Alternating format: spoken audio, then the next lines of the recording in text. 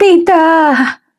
Bulalas ni Blessy nang hilahin ng kanyang tita Maricel ang buhok niya palabas ng CR. Nakita kasi nito ang PT na hawak niya. Ang pregnancy test na may positive na result. 14 ka pa lang pero ang landi-landi mo na. Wala kang utang na loob. Pagkatapos ng lahat ng ginawa namin ng Tito Nardo mo sa'yo, ito lang ang igaganti mo. Buliyaw ng tita niya sa kanya. Hinila siya nito hanggang sa sala ng bahay nila. Ang pinsan niyang si Jane ay gulat na gulat habang pinapanood sila ng kanyang tita na patungo sa sala habang kaladkad siya. Hindi katulad ng nina niya ang anak nitong si Jane. Nag-iisang anak ito ng tita at tito niya at mabait ito tsaka tahimik. Malayong malayo sa mama nitong si Maricel.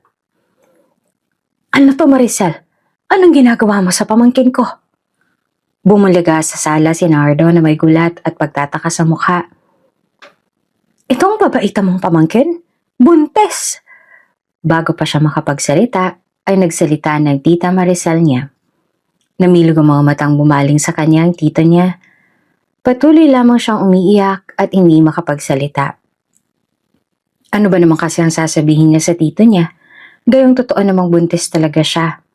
At nagkamali siya.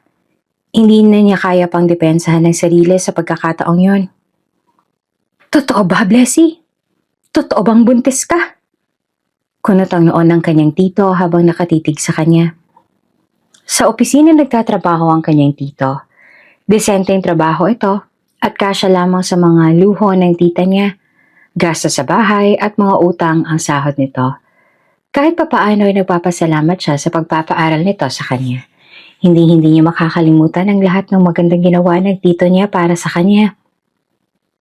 Akala mo kung sinong Santa Santita?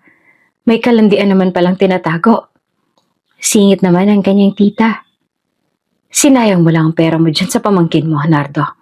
Sinabi ko naman sa'yo nung una pa na huwag ka nang magdagdag ng palamunin sa bahay. Tingnan mo tong pinapasok mo. Walang silbi.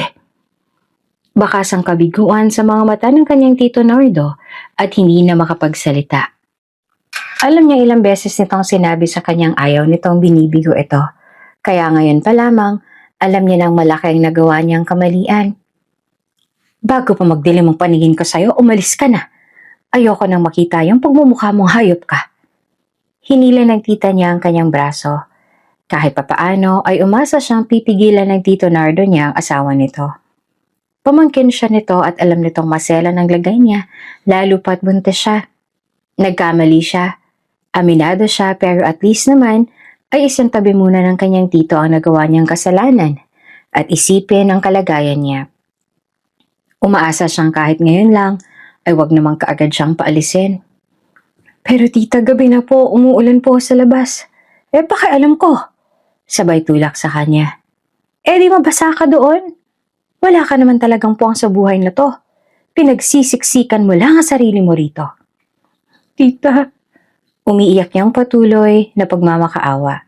Ngunit nagbingi-bingihan ng babae at tila walang narinig sa lahat ng mga pagmamakaawa niya. Kahit ang dito niya ay wala man lang imik at nakayuko lamang na nakikinig sa mga pagmamakaawa niya. Animoy wala na itong nararamdamang awa para sa kanya.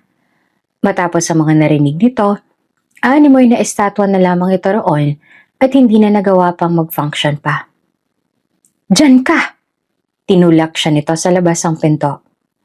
Huwag mo nang kunin ang mga damit mo rito dahil hindi naman sa'yo ang mga yon. Kami nagbigay nun sa'yo kaya amin pa rin yon. Wala kang gamit sa bahay na to. Tapos ay pinagsarhan siya ng pinto. Bumuhos ang malakas na ulan sa labas. Naghintay siya ng ilang oras, baka sakaling pagbuksan siya pero wala nagbubukas. Kahit sa mga oras na yon, ay inaasahan niyang matatauhan ng tito niya at pagbuksan siya. Pero umabot na lamang ng 10 p.m, ngunit wala pa rin nagbubukas at sobrang nilalamig na siya. Kaya nanlulumong umalis na lamang siya. Naglakad siya sa tahimik na daan, nilalamig at tulala. Talagang kahit ang sarili niyang tito Nardo ay wala nang nararamdamang awa para sa kanya. Mahaba-haba ang nilakad niya at wala pa rin siyang kain-kain. Pakiramdam niya ay mahihimatay na siya sa pagkagutom at panlalamig. Akmang tatawid na siya sa pedestrian lane nang isang nakakasilaw na ilaw ng kotseng paparating ang bumungad sa kanya. Sa pagkakataong yon ay tila nag-flash sa isipan niya mga masasayang araw sa buhay niya. Pakiramdam niya ay iyon ang huling segundo ng buhay niya. Napapikit siya at hinintay na lamang na mabundol ng sasakyang paparating. Naisip niya na kahit hindi naman maganda ang naging buhay niya, ay gusto niya pa rin mabuhay kahit papaano. Ayaw niyang matapos ang lahat sa pagkakataong iyon. Ilang saglit siyang naghintay ngunit hindi nangyaring inaasahan niya. Nang magmulat siya ng mga mata, ay nakita niya ang isang tauhan na bumaba sa kotse at palapit sa kanya. Pakiramdam niya ay nabingi siya. Pakiramdam niya ay yung tibok na lamang ng puso niya ang naririnig niya. Tulala siyang nakatingin sa paparating na lalaki. Natanaw niya rin ang isa pang lalaking pamilyar sa kanya. May dala itong itim na payong at palapit din sa kanya. Lumabas ito mula sa itim at magarang sasakyan. "Are you okay?" Bakas ang pag-aalala sa mga mata nito. Ang lalaking ito ay ang ama ng kanyang anak. Hindi niya makakalimutan ang pagmumukha nito. Kahit lasing siya noong mangyari yon sa kanila, ay tandang-tanda niya pa rin. Hindi siya makapagsalita.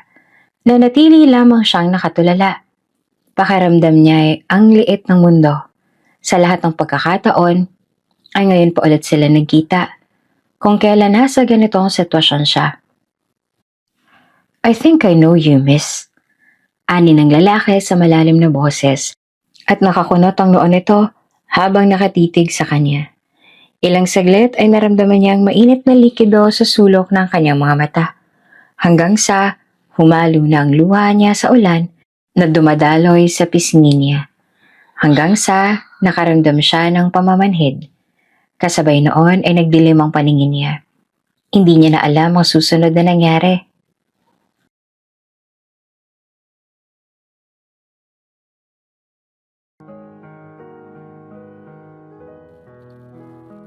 "May dalang pasalubong si mama at papa mamaya kaya huwag kang magkulit kay Aling Pasing ha?" Ani kanyang ina. Nasa edad 6 pa lamang siya noong mga panahong yon. Tumango siya at ngumiti. Mangingisda ang kanyang mga magulang at kapag marami ang huli ng mga ito ay dinadala iyon sa palengke upang ipagbili. Iyon ang unang araw na tutungo sa palengke ang kanyang mga magulang pagkatapos na iuwi ang malaking isda na nahuli para sa hapunan. "Opo mama, uwi kayo agad ha?" Nakangiti niya namang tugon sa ina. "Siyempre naman." Tapos ay ginulo nito ang kanyang buhok. Ngunit hindi niya inaasahang iyon na ang huling araw na makikita niyang buhay ang mga magulang niya. Dahil noong hapon na iyon, ay lumaki ang alon sa dagat dahil sa bagyo. Kinabukasan ay nabalitaan din ng lugar nila ang pagkamatay ng ilang mangingisda. Kasama na doon ang mga magulang niya. Akala niya may ina at ama pa siyang sasalubungin kinagabihan. Ngunit malamig na bangkay na pala ang sasalubungin niya kinabukasan. Mga kasali sa programa ng barangay ang dumating sa lamay. Mga kaibigan ng kanyang ama at ina noong nabubuhay pa ang nandoon. At dumating din ang tito Nardo niya, ang nag-iisang kapatid ng kanyang ama. "Pagkatapos ng libing ay sa akin ka nasasama, iha. Alam ko nagdadalawang isip ka pa dahil ngayon pa lang tayo nagkita. Naiintindihan kita." Nito at ngumiti. Naging malapit din ang loob sa kanyang tito matapos ang lamay ng kanyang mga magulang. Ito ang naging sandalan niya noong sobrang nalulungkot siya sa araw ng libing. Wala na siyang guardian kaya't mapipilitan siyang sumama sa tito Nardo niya. Dinala siya ng kanyang tito sa syudad at aaminin niyang sobrang nanibago siya dahil hindi iyon ang mulatan niyang buhay simula pa noon. "Ito ang tita Maricel mo. Ito rin ang pinsan mo, si Jane." Pagpapakilala ng tito niya sa pamilya nito nang makarating sila sa malaking bahay ng mga ito. Unang kita niya si tita Maricel niya ay busangot na mukha kaagad ang ipinakita nito sa kanya. Kahit hindi nito sabihin ay nararamdaman niyang hindi siya nito gusto. Ang pinsan niya naman na ngayon niya lang nakilala ay hindi pala kaibigan at sobrang mahiyain. Hindi niya ito makausap at parati na lamang nagkukulong sa kwarto nito. Kami nang magiging magulang mo simula ngayon, Blessy. Huwag kang mahihiya na kausapin sila o kahit ako. Ibibigay namin ang mga pangangailangan mo. Ngunit sana ay huwag mo akong biguin. Tapusin mo ang pag-aaral mo. Ani ng tito niya nang magkasarilinan sila. Maliban sa tito Nardo niya, ay wala nang ibang kumakausap sa kanya sa bahay na yon. Nagdadalawang isip siya na lapitan ng tita Maricel niya dahil malayo pa lang ay tila diring-diri na ito sa kanya. Pakiramdam niya ay napipilitan ng ito dahil sa tito Nardo niya. Hanggang sa isang gabi, narinig niya ang pag-uusap ng dalawa sa sala. Akala ko pa hanggang mag 10 years old lang. Bakit biglang gusto mo siyang pag-aralin ngayon hanggang high school? Pwede mo namang ihatid yan doon sa side ng mama niyan. Sila na magpapaaral dyan hanggang college.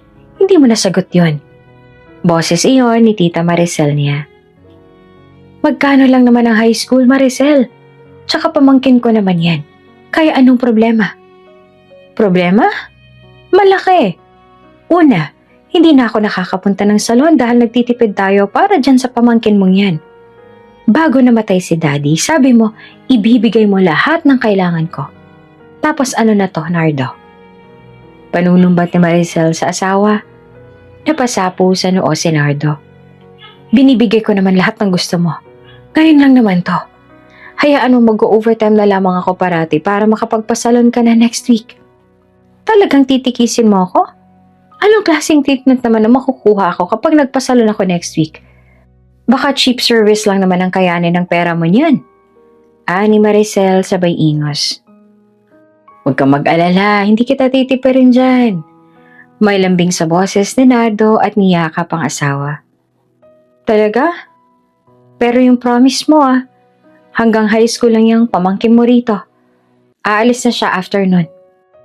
Ani Maricel na bakas ang panunuyo sa boses. Oo, pangako. Ani naman ang kanyang tito Nardo. Nalulungkot na umalis siya sa may pinto matapos marinig iyon. Akala niya noong una ay tatagal siya sa bahay na yon. Ngunit may hangganan naman pala. Hindi habang buhay na maituturing niyang pamilya at sandalan ng pamilya ng kanyang tito Nardo. Hindi siya nakatulog nung gabing iyon. Hanggang sa hindi niya namalayang, umiiyak na siya magdamag.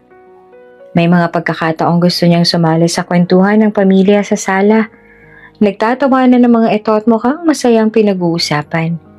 Ngunit sa tuwing mararamdaman siya ng kanyang tita Maricel sa paligid, ay bibigyan siya nito ng masamang tingin, dahilan para umatras na lamang siya. Tila pinaparamdaman nito na hindi siya parte ng pamilyang Eleon at wala siyang karapatang isipin na parte siya noon. Kaya wala siyang magawa kundi ang tahimik na umalis at bumalik sa sulok kung saan siya nararapat. Sa tuwing nagkukwentuhan tungkol sa mga masasayang bagay ang magpamilya, ay naalala niya kung papaano silang mag-usap kasama ng kanyang mama at papa. Ganon-ganon din sila kasaya noon. Ganoong-ganoon din ang kanilang mga biroan nung nabubuhay pa ang mga ito. Miss ko na po kayo, aniya sa kawalan habang umiiyak. Sa tuwing ganito na namimiss niya ang mga ito ay walang nandoon para mag-comfort sa kanya. Walang nandoon para patigilin siya sa pag-iyak. Walang kahit na sino magtatanong kung okay lang ba siya. Naninibago siya sa kanyang pag-iisa. Mama, bakit niyo naman po ako iniwan? Humahagulhol na sambit niya ulit. Mas mabuti pa yon kesa naman iiwan siya mag-isa at walang karamay. Humiga siya sa kama at pinahid ang luha sa pisngi hanggang sa nakatulugan niya na ang pag-iyak. Siguro hindi na siya masasanay sa pag-iisa. Pakiramdam niya ay sinasakal na siya. Ang bata-bata niya pa para maranasan na ganon. Patuloy niyang sinasambit ang mama at papa hanggang sa panaginip niya. Isang araw ay hindi na nakatiis si Blessy at nilapitan niya ang tito Nardo niya. Sinisiguro niyang wala sa paligid ang kanyang tita Maricel bago siya lumapit. Ayaw niyang makatanggap na naman ng nakakatusok na tingin mula sa ginang. Tito, pwede ko po ba kayo makausap? Aniya sa mahinang boses. May binabasa na kung ano sa dyaryo ang kanyang tito nang lapitan niya ito. Binaba nito iyon nang magsalita siya. Ano yon, iha? Ngumiti ito. Gusto ko lang po na bumalik na sana si Isla sa amin. Aniya rito. Nagulat ang tito niya sa sinabi niya. Bakit naman iha? May problema ka ba rito sa bahay? Kaagad siyang umiling. Ayaw niya namang isipin ito na hindi siya thankful sa pagtanggap ng tito niya sa kanya. Wala naman po, uncle. Pero baka po masyado na po ako nakakaabala sa inyo.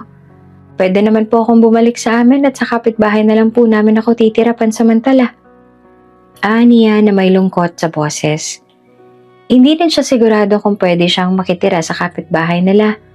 Lalo pa't marami rin yung mga anak. Kung hindi man siya pwede roon, maghahanap na lamang siya ng ibang pwedeng kumupkup sa kanya. Ano bang sinasabi mo, Blessy? Hindi ka naman abala sa amin. Sino ba nagsabi sa'yo niyan? Ayos lang na nandito ka. At masaya akong nandito ka at safe ka. Idinantay ng Tito Nardo niya ang kamay nito sa ulo niya. Huwag mong isiping abala ka rito sa bahay. Tsaka mabait ka at hindi ka naman makulit. Kaya ayos na ayos lang sa amin na nandito ka. Huwag mo nang isiping umalis. Ito ang tahanan mo. Wala nang iba. Nalungkot siya nang marinig ang salitang tahanan. Tahanan nga ba? Papaano kapag natapos siya sa high school? Matatawag niya pa kayang tahanan niyon? Nagbitiw siya ng magaang ngiti sa Tito Nardo niya. Matutuwa siya kung pumayag lang sana ang tito niya na bumalik siya ng isla. Ang totoo niya ay namimiss niya ang mga tao roon. Mas komportable siya sa buhay niya sa isla kesa sa bahay ng tito niya. Doon sa isla, kahit mahirap ang buhay ay masaya sila. Samantalang dito sa syudad ay iba ang buhay niya. Tahimik at malungkot kahit nakakakain naman siya ng maayos at maayos ang tulugan at mga kagamitan. Siguro dahil sa mga taong nandito. Isang umaga ay nabulabog siya nang biglang pumasok sa silid niya ang kanyang tita Maricel. Bakas ang galit sa mga mata nito nang magsalubong ang kanilang mga tingin. Anong pinagsasasabi mo sa Tito Nardo mo, ha? Bulyaw nito. Sa kauna-una ang pagkakataon, ngayon lang siya binulyawan ng tita Maricel niya. Kung dati-rati binibigyan lang siya ng matatalim na tingin, ngayon ay nagagawa na siya nitong bulyawan. Tita Maricel, sinabi mo raw na gusto mong bumalik sa isla. At anong pinupunto mo doon? Na inaapi ka rito kaya gusto mo nang bumalik sa isla, ganun ba? Putol na to sa sasabihin niya. Agad siyang umiling habang may takot sa mga mata. Hindi naman po sa ganun, Tita Maricel. Talaga lang ha. Alam mo, matagal na ako nagtitimpi sa'yo eh. Akala mo ba hindi ko alam na gusto mo talagang pumapel sa bahay na to? Akala mo talaga hindi ko alam na sisiraan mo ako sa tito mo? Kaya nga nag-aaway kami ngayon eh. Dahil sa sumbong mo at sinabi niyang masama ako sa'yo. Lumapit ito sa kanya habang may iritasyon pa rin sa mga mata niya. Kinakabahan na napaatras siya. Ngayon pa lamang siya nakaramdam ng matinding takot dahil sa presensya ng tita Maricel niya. Kung makapagsalita ka, akala mo inaapi ka sa bahay na to. Buhay prinsesa ka nga eh. Dapat ka pa nga magpasalamat sa akin. Kasi kahit lubog sa loob ko, hinayaan kitang makitira sa bahay namin. Kahit sa totoo lang, abala ka na. Tapos ay umalis ito at padabog na sinara ang pinto ng silid niya.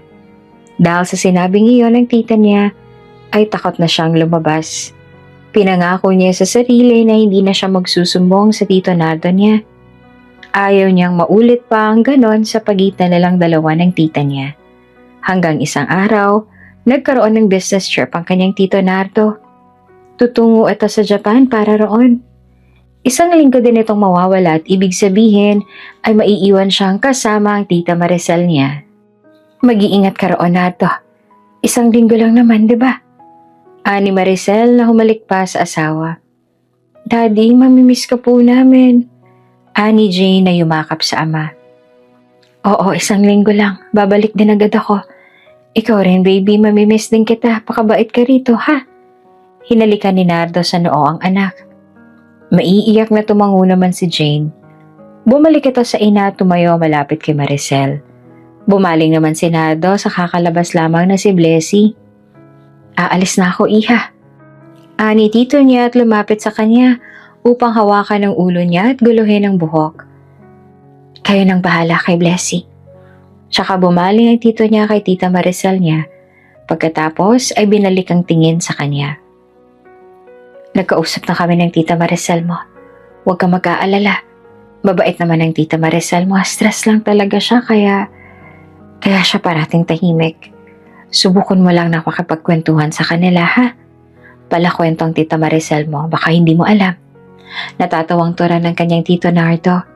Nagbitiw na lamang siya ng tipid ng ngiti at tumango. Hindi nito alam kung ano ang mga sinasabi ng Tita Maricel niya sa kanya. Hindi maalis sa isipan niya hanggang ngayon ang mga binitiwan nitong salita. Hanggang ngayon ay natatakot at nasasaktan pa rin siya sa mga sinabi nito. Sinulyo pa niya si Tita Maricel niya at nakita niya kung papaano siya nito bigyan ng nagbabantang tingin. Napalunok siya at nagbawi kaagad siya ng tingin. Kaagad siyang pumasok pagkaalis ng sasakyan ng Tito Nardo niya. Dumiretso siya sa silid niya at balak sanang magmukmuk doon. Kaya lang ilang saglit ay isang malakas na katok ang nagpatalon sa kanya sa gulat. Nang buksan niya ang pinto ay nagulat siya nang bumuhad sa kanya ang mukha ng Tita Maricel niya. Kung gano'n na pinapamukha mong masama ako sa tito mo, siguro mas hindi ako magiging mabait sa'yo. Simula ngayon. Hala, labas dyan at marami akong ipapagawa sa'yo. Nito sa galit na tono. Nagsimula ang lahat noong business trip ng kanyang Tito Nardo. Pagkatapos noon ay nagtuloy-tuloy na. Sa tuwing wala ang kanyang tito ay siyang umuukupa lahat ng gawain sa bahay. Lahat ng utos ng kanyang Tita Maricel ay sinusunod niya. Hanggang ngayon, hindi mo pa rin nakukuha ang mga tinuro ko sa'yo. Bobo ka ba talaga? Hindi mo agad nagigets. Dinuro siya ng Tita Maricel niya matapos matikman ang niluto niyang afritada. Ang pagkakamali niya lang ay medyo naalata niya iyon dahil sa pagmamadali. Kailangan niya pa kasing pumasok sa school. Malilate na siya, oras na nagtagal pa siya roon.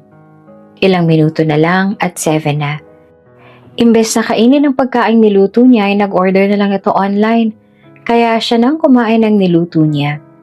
Nagtabi na rin siya para sa pananghalian niya dahil wala naman siyang baon.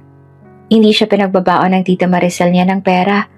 Wala itong binibigay at wala siyang magawa kundi ang magsikap na magkapera para may pambaon at pambili ng mga project sa school.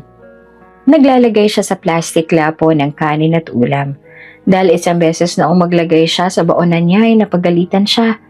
Inakusahan siya ng tita niya na nagnanakaw raw ng pagkain. Kaya ngayon, pasikreto na lamang siyang nagdadala ng pagkain. Sinisikap niyang hindi mahuli. Nang makapag-ready na siya, ay tumalilis na kaagad siya. Hindi niya na hinintay na maabutan pa ng tita niya at baka may ipag-uutos na naman at mas lalo lang siyang malate. Kaagad siyang sumakay ng tricycle at dumiretso na lamang sa school. Late na nga talaga siya kaya wala na siyang oras pa para daanan ng tindahan ng mga desserts.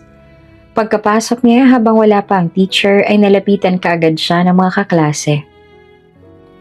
Anong available ngayon? Ani ng isang kaklase niya na mahilig sa desserts. Ube halaya, leche flan, choco moist, tapos mango float. Iyon pa rin, wala yung cassava cake na binili mo kahapon. Niya sa kaklase. Ay sayang, bukas ba meron ba nun? Dalawa sa akin ha, dalhin ko sa bahay ang isa para payagan ako ni mama gumala. Kunyari may padulas ako. Nito sabay ngisi. Sige, bukas. Nakangiting inilista niya ang order nito. Ako, yung mango float. Nagtaas ang kamay ang isang kararating lang pagkakita sa kanya. Kaagad siyang nag-take down sa notes niya para hindi niya makalimutan kung sino-sino ang mga may order. Dahil sa recess, tatakbuhin niya tungo sa tindahan para kunin ang mga order sa mga kaklase. Panghimagas kasi yan ng mga to mamayang tanghalian. Mabilis siya nakakuha ng 20 na orders.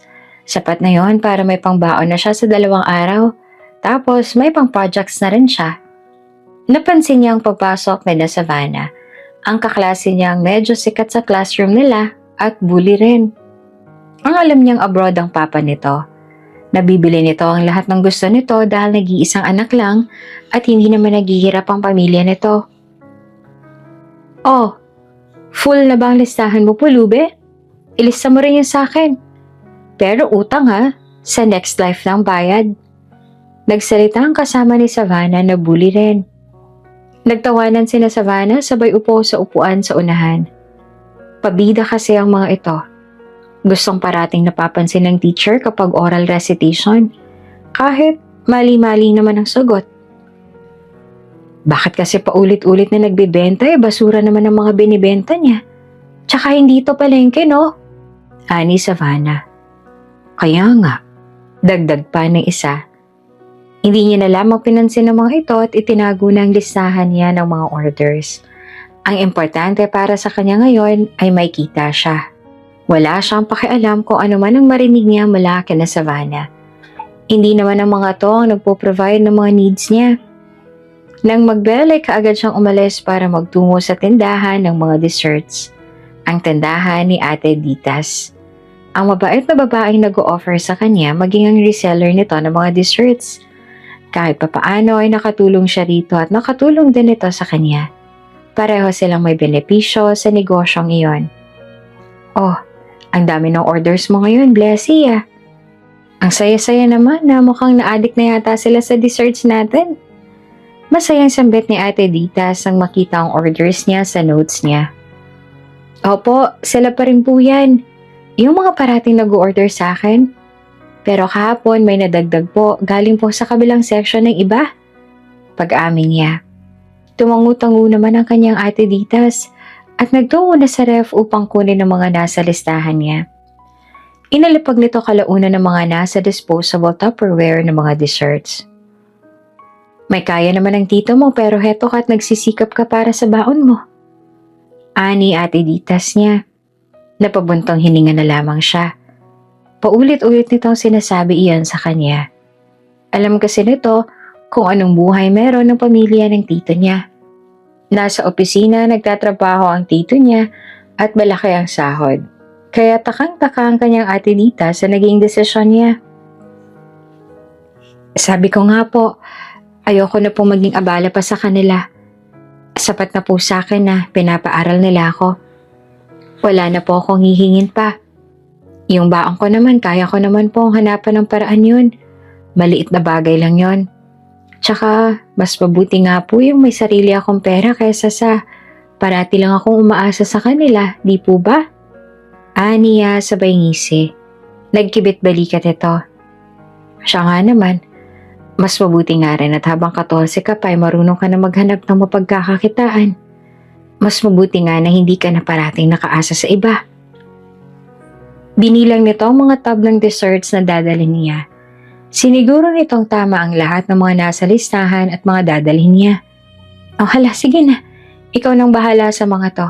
Ingat ka sa daan ha. Gagawa na ako ng marami bukas. Pahabol pa nito bago siya nakaalis.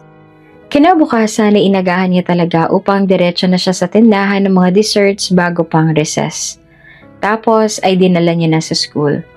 Tapos siya makapag-distribute ng mga order sa kanila, ay masaya na siyang nakinig sa guru nila. Oh, nasa ang amin? Biglang sumulpot si Savannah sabay lahad ng kamay sa kanya. Kumunot ang noon niya sa mga to. Ano bang sinasabi mo? Ha? So talagang hindi mo kami sinali? Namewang si Savannah at eritadong eritado. Nagbayad ang mga yun nung mag-order sila sa akin. Tapos sabi niyo uutangin niyo. Hindi sa akin ng mga desserts kaya bawal utang. Paliwanag niya. Nagulat siya nang ibagsak ni Savannah ang libro nito sa desk niya. Kapag sinabi kong magdala ka, magdala ka. Wala akong pakialam kung nagbayad ang mga kaklase natin sa basurang desserts mo. Dapat ka nga matuwa dahil libre namin na i-rate ang produkto mo. Pero hindi mo kami dinalhan. Nito si eritado pa rin boses. Mabuti na lang at dumating na ang susunod na lang teacher. Kundi, baka nasaktan siya ni Savannah. Lalo pa't nasagasaan niya ang pride nito dahil hindi niya napansin ang demand nito. Acquaintance day na natin bukas. Alam niyo nang dapat tayo maghanda para sa table natin. 1K kada isa sa inyo dahil may iba pa tayong paggagastasan.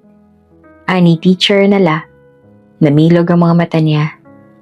Bukas na nga palang acquaintance party nila. Tapos, 50 lang kada araw ang kinikita niya sa desserts niya. Kapag sinwerte, ay 60. Kapag ngayon pa lang siya mag-iipon, hindi na siya makakahabol pa. 1K pa ang kailangan niyang ipunin at ano bang ibang source of income niya? Yung desserts lang naman. Hindi pwedeng hindi sumali class. Ibabagsak ko kayo sa subject ko. Pagbabanta nito, napalunok siya. Dahil hindi lang isang subject ang hawak ng advisor nila kundi 4.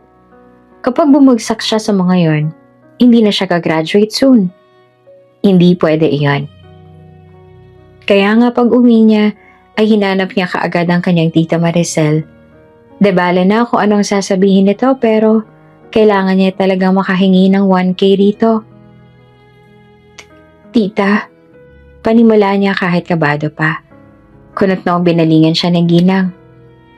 Oh, iritado ang boses nito. Sa school po kasi, acquaintance party na po namin tapos kailangan ko pong magbayad ng 1,000 at... Oh, ba't sa akin ka manghihingi? Wala man lang bang iniwan na pera yung namatay mong magulang para may pambayad ka riyan sa sinasabi mo? Pinag-aral ka na ni Nardo, kaya bakit pati sa ganyang bagay ay kailangan mo pa kaming lapitan? Putol nito sa sasabihin niya. Tita, wala naman pong iniwan si na mama sa akin, tsaka wala na po akong ibang malalapitan. Kapag hindi po ako nakasali roon, babagsak po ako sa 4 na subjects. Parang maiiyak na siya nang sabihin iyon. Iritadong tumayo ang ginang. At nagbabanta ka pa ngayon? Ang sabihin mo, gagamitin mo lang sa pagliliwaliw yung perang hinihingi mo. Akala mo ba tumatay kami ng pera sa bahay na to? Dinuro siya nito sa noo at napaatras siya sa lakas niyon. Tita naman, kahit ngayon lang, pagkatapos ito hindi na po ako manghihingi. Kahit ngayon lang po talaga. Pagmamakaawa niya at naiiyak na. Ngunit imbes na maawa ay isang malakas na sampal ang binigay nito sa kanya. Napahawak siya sa pisngi at tuluyan nang napaiyak. Isang tita mo pa at malilintikan ka na talaga sa akin. Huwag mo akong sinasaga dahil kapag ako hindi na nakapagtimpe, baka mapalayas kita ng wala sa oras. Huwag kang kumain ngayon, walang ulam para sa'yo. Umakyat ka kaagad sa taas. Huwag mong ibabalandra yung pagmumukha mo sa tito mo ngayon. Nito tinuro siya. Umiyak na lamang siyang yumuko roon. Pinahid niya ang luha sa pisngi ngunit ayaw paawat ng mga luha niya at patuloy pa rin na dumadaloy. Nardo, nandito ka na pala. Halika, kumain ka na. Kumain na kasi sina Blessy. Alam mo naman na maaga pa silang gigising bukas, kaya kailangan nilang maaga maghapunan. Hindi ako kumain para makasabay ka ngayon. Malambing na salubong na Maricel sa asawa. Ganun ba? Ano naman ang niluto ng maganda kong asawa ngayon? Boses naman niyon ang kanyang tito. Yung paborito mo, syempre. Tapos ay humagikik si Maricel. Samantalang siya ay gutom at tulala na umakyat na lamang sa taas. Kapag hindi niya nabayaran ng para sa party at hindi siya nakasali, ay tsak na babagsak siya sa 4 na subjects. Wala nang pag-asa ngayong tinanggihan na siya ng kanyang tita Maricel. Gustuhin niya mang magsumbong, pakiramdam niya may trauma na siyang gawin yon. Hanggat buhay ang tita Maricel niya, ay hindi niya magagawa iyon. Kinabukasan, ay tamad siyang bumangon. Hindi siya halos makatulog kagabi dahil sa pag-iyak. Tahimik siya sa pagkainan. Wala siyang gana sa pagkain. Blessy, iha, may sakit ka ba? Puna ng tito niya. Kaagad siyang nag-angat ng tingin at kaagad din na napabaling sa tita Maricel niyang nakatingin sa kanya at may pagbabanta sa mga mata. Nardo, baka may iniisip lang ang anak mo. Alam mo naman ang mga kabataan ngayon, tsaka sinasabi naman ni Blessy sa akin ang mga problema niya sa school. Ayos lang siya. Sabat kaagad ni Maricel. Nagtagis ang bagang niya na magsalubong tingin nilang dalawa. Ngumisi pa ito kahit halata namang pilit lang. Bakas pa rin ang pagbabanta sa mga tingin nito kahit nakangisi ito. May namumuong iritasyon sa puso niya sa mga oras na yon. Iritasyon na may halong sakit. Marami siyang gustong sabihin sa tito niya pero nandyan parati si Maricel upang hadlangan siya. Alam niya kung gaanong kamahal ng tito Nardo niya si Maricel. Kaya natatakot siyang mag-risk. Baka sa huli, ang babaeng yun pa ang paniwalaan nito matapos niyang magsumbong dito. Baka siya pa ang mabaliktad. Alam niyang pag-uugali ng tita Maricel niya. Hindi iyon magpapatalo. Tahimik niyang kinuha ang bag niya matapos niyang kumain. Una na po ako, tito. Aniya sa tito niya tapos ay hindi na nilingon pa ang tita Maricel niya. Lumabas na siya ng bahay at malalaki ang hakbang na lumabas sa gate. Usually ay kailangan niyang hintayin ng tito at tita niya matapos noon bago siya umalis patungo sa school. Ngayon, ay wala na siyang pakialam pa. Mauuna na siya at gagawin niya ang gusto niya. Sa ganitong pagkakataon ay mailalabas niya man lang sa loobin niya. Blessy! Napakurap-kurap siya nang marinig ang pangalan niya. Ngayon na siya natauhan at napagtantong. Kanina pa siyang tinatawag ng teacher niya. Ano ka ba? Sinabi kong sagutan mo na to. Bakit wala ka man ng imik dyan? Ani ng teacher niya na may iniabot ng chalk sa kanya. Nasa board na ang mga tatlong kaklase na inutusan ng teacher na sumagot sa given question nito tungkol sa pinag-aralan nila kahapon. Opo. Ani at kaagad na kumilos upang lapitan ng teacher. Ma'am, baka iniisip niya, magkano na siya ngayon sa mango float niya? Nagsalita ang isa sa kaibigan ni Savannah sabay tawa. Nagtawa na ng buong klase dahil sa sinabing iyon ng kanyang kaklase. Hindi niya naman napinansin iyon at sinabing iyon kung papaano siya pinagtawanan ng mga to. Hanggang sa oras na iyon ay dala-dala niya pa rin ang problema niya tungkol sa grado niya. Pakiramdam niya ay hindi siya pinagpapahinga ng problema niya tungkol sa bagay na iyon. Nakasagot siya sa given question dahil nakinig siya kahapon. Parati naman talaga siya nakakasagot sa mga ibabato sa kanya ng mga guru nila. Dahil kahit hirap siya sa pinansyal ngayon nag-aaral siya, ay hindi naman siya salat sa utak. Kaya niyang tapatan ng mga honor student kung sana lang ay may tamang suporta lamang siya sa pag-aaral. Nagsisikap naman siya, pero pakiramdam niya yung pagsisikap niya ay hindi pa rin sapat. Buong araw siyang wala sa sarili. Parati lamang siya nakatingin sa labas. Samantalang dati-rati, hindi naman siya ganon at attentive naman siya sa klase. Ngayon lang talaga siya nawala ng gana sa pakikinig. Mga bandang 4 p.m. nang magsiuwian na sila. Kaya lang wala siyang balak na umuwi ngayon sa bahay dahil sa tuwing nakikita niya ang tita niya ay naiina siya. Mas lalo lang siyang nakakaramdam ng galit at baka kung ano pa ang masabi niya. May dala siyang damit kanina mula pa sa bahay. Nagbihis lang siya sa CR ng school bago lumabas. May backpack siyang dala nang maisip niyang magtungo sa club ngayong gabi. Wala namang bayad ang entrance. Yung mga alak lang. Tsaka isang beer lang naman ang gusto niyang itumba ngayon. Paalak niyang magrebelde kahit ngayon lang. Gusto niyang ilabas ang sama ng loob niya kahit sa gabing yun lang. Gusto niyang makalimot kahit saglit dahil pakiramdam niya, kaunti na lang, magpapakamatay na siya sa problema niya. Problemang walang iba nakakaalam kundi siya lang din. Walang makikinig. Walang may pakialam. Mabuti na lang at kahit 14 siya ay may katangkaran din siya para isipin ang bouncer na hindi na siya minor kaya nakapasok siya sa club. Beer lang. Aniya sa bartender. Yun lang ang mas mura. Tsaka ipon niya yon para sana sa projects niya. Wala nang saysay pa kung gumawa man siya ng projects o hindi. Wala na rin magagawa iyon kapag binagsak siya ng teacher niya dahil hindi siya nakasali sa acquaintance party nila. Kaya mas mabuti pang ibili niya na lang ng beer at nang malasing siya at makalimot saglit. Wala na rin saysay pa ang lahat ng pagsisikap niya. Hindi pa siya kailanman uminom at sobrang baba ng tolerance niya sa alcohol. Kaya iyong isang bote ng beer niya ay napabagsak na siya. Nasa isang table siya sa gilid ng dance floor. Napakaraming mga college students sa dance floor na nagwawala matapos makainom. Samantalang siya, Imbes na sumayaw ay nakayukyuk na lamang sa sulok dahil sa kalasingan. Nahihilo na siya at natatakot siyang baka kapag tumayo siya ay mabuwal na lang siya bigla at maaksidente pa. Hey, are you alone? Isang boses ng lalaki ang narinig niya na umupo pala sa isa sa upuan ng mesang inaakupan niya. Do you mind if I share?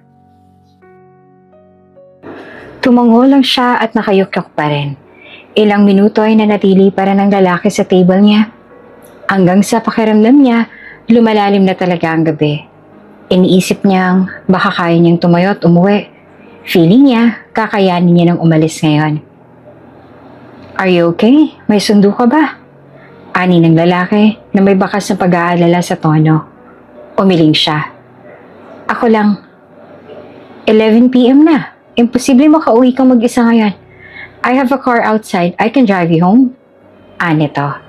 Umiling siya at numisi. Huwag na. Wala rin akong balak na umuwi ngayon. Wala akong ganang makita sila. Nagpatuloy siya sa paghakbang paalis sa mesa. Kaya lang, muntik siyang matumba. Mabuti na lang at kaagad siyang naagapan ng lalaking yon. Hindi kayang maglakad ng maayos kaya't binuhat na siya nito. Namalayan niya na lang na nasa kotse na siya. Naaaninag niya ang mukha nito nang magmulot siya ng mata. Sobrang gwapo pala nito. Parang gusto niyang pagtawanan ng sarili. Feeling niya, buhay pa naman siya pero heto at may nakikita siyang anghel sa harapan niya. Isang hindi pamilyar na silid ang bumungad sa kanya. Ilang saglit lang.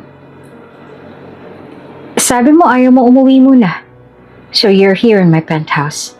Gamitin mo muna ang kama ko ngayon. Matulog ka na muna hanggang sa mahimasmasan ka. Hindi na nito natapos ang sasabihin nang bumangon siya at aksidenteng dumampi ang labi niya sa labi nito. Imbes na lumayo ay pumikit siya at namalayan niya na lang na gumagalaw na rin ang labi nito upang tugunan ang labi niya. Ang huling namalayan niya ay tinanggal na nito ang damit niya. Kinabukasan nang magising siya ay bumungad sa kanya ang mga nangyari kagabi. Ang inakala niyang panaginip lang ay totoo palang nangyari. Ebidensya ang mga nagkalat na damit sa sahig at ang dugo sa kobre kama. Mga bandang 5 ng madaling araw nang mahimasmasan siya at napagtanto ang mga nangyari. Nababaliw ka na, Blessy. Iritadong sabit niya sa sarili. Kaagad niyang kinuha ang mga damit niya at nagsuot niyon bago binalingan ng lalaking mahimbing pa rin na natutulog hanggang sa mga oras na yon. Muli ay nasilayan niya na naman ang itsura nito. Dahil doon, baka buong buhay niya nang hindi makalimutan ang mukha ng lalaki. Tapos ay dali-dali na siyang umalis at mamadaling bumaba mula sa silid ng lalaking nakasama niya kagabi. Ang ganda ng bahay nito at halatang mayaman. Hindi niya alam kung anong dahilan at nagawa niyang makabingwit ng ganong kayaman sa gabing yon. Katulad ng inaasahan, hindi siya nakasali sa acquaintance party nila. Inaasahan niya na rin ang bagsak siya sa 4 na subjects. Simula nung may naka one night stand siya, ay umiwas na siya sa tito-tita niya. Nakakaramdam siya ng guilt sa tuwing kaharap niya ang mga to. Kinakabahan siya at pakiramdam niya anumang oras ay malalaman ng mga to ang kalokohang nagawa niya. Nagmadali siyang pumasok isang umaga. Hindi na siya nagpaalam sa mga to. Hindi niya alam na napansin na iyon ng kanyang tita Maricel. Nararamdaman nitong may nagbago sa kanya. Hindi na rin siya nag-agahan matapos siyang tumulong sa pagluluto sa kusina. Pakiramdam niya, wala siyang ganang kumain kada umaga. Dumaan ang 3 buwan, may kakaiba na siyang napapansin sa araw-araw niya. Parating bumabaliktad ang sikmura niya sa umaga at ayaw niyang amoy ng kanin. Pero gustong-gusto niyang kumain ng apple. Apple lang talaga, sapat na. Kakaiba kasi hindi naman siya mahilig sa apple noon. Hanggang sa napadaan siya sa sala isang linggo. Nanonood ng palabas sa TV sa salang mag-anak. Nakita niya ang advertisement ng pregnancy test sa TV. Natigilan siya at hindi maalis ang tingin niya sa TV habang nakatitig doon. Sa kanya napagtanto kung anong nangyayari sa kanya. Nakita niya nakatingin sa kanya ang tita Maricel niya at naniningkit ang mga mata nito na animoy nababasa nito ang iniisip niya. Kaya kaagad siyang yumukot umalis doon upang maglaban na ng uniform niya. Kaya kinabukasan ay bumili siya ng pregnancy test matapos niya makauwi galing school. Gumising siya ng maaga upang masubukan ang PT na nabili. Kabadong-kabado siya habang pinapatakan ng ihi ang kit. Hanggang sa lumabas ang resulta. Ilang saglit lang. Napasinghap siya nang makita ang 2 guhit doon. Positive. Buntis siya. Ang galing! Ang galing! Sabay palakpak. Halos lumabas ang kaluluwa niya sa katawan nang biglang pumasok sa CR ang tita Maricel niya at saktong nakita nito ang hawak niyang PT. Halatang matagal na siyang minamanmanan hanggang sa mabuko siya nito. Kinuha nito sa kamay niyang PT na hawak. Talagang malandi kang haliparot ka, no? Matapos magsakripisyo ng asawa ko sa'yo? Bulilas nito sabay hila sa kanya palabas ng CR at kinaladkad siya sa sala. Mabilis ang mga pangyayari. Uling naalala niya ay pinalaya siya at muntik ng masagasaan hanggang sa nakita niya ang ama ng kanyang anak. Nagising siya na nasa ospital na siya. Nangihina at medyo nahihilo pa siya. Gusto niyang bumangon pero may kaagad na lumapit na babae sa kanya. Miss, wag po muna kayong bumangon. Tatawagin ko lang po muna si sir. Teka lang po. Nito. At matapos nga ay dumating kaagad ang sinabi nitong sir. Ang lalaking huling nakita niya. Ang lalaking ama ng anak niya. Bakas ang tuwa sa mga mata nito nang makita siyang nagising na. Are you okay? How are you feeling? Sunod-sunod itong tanong. Tipid siyang umiti. Ayos lang ako.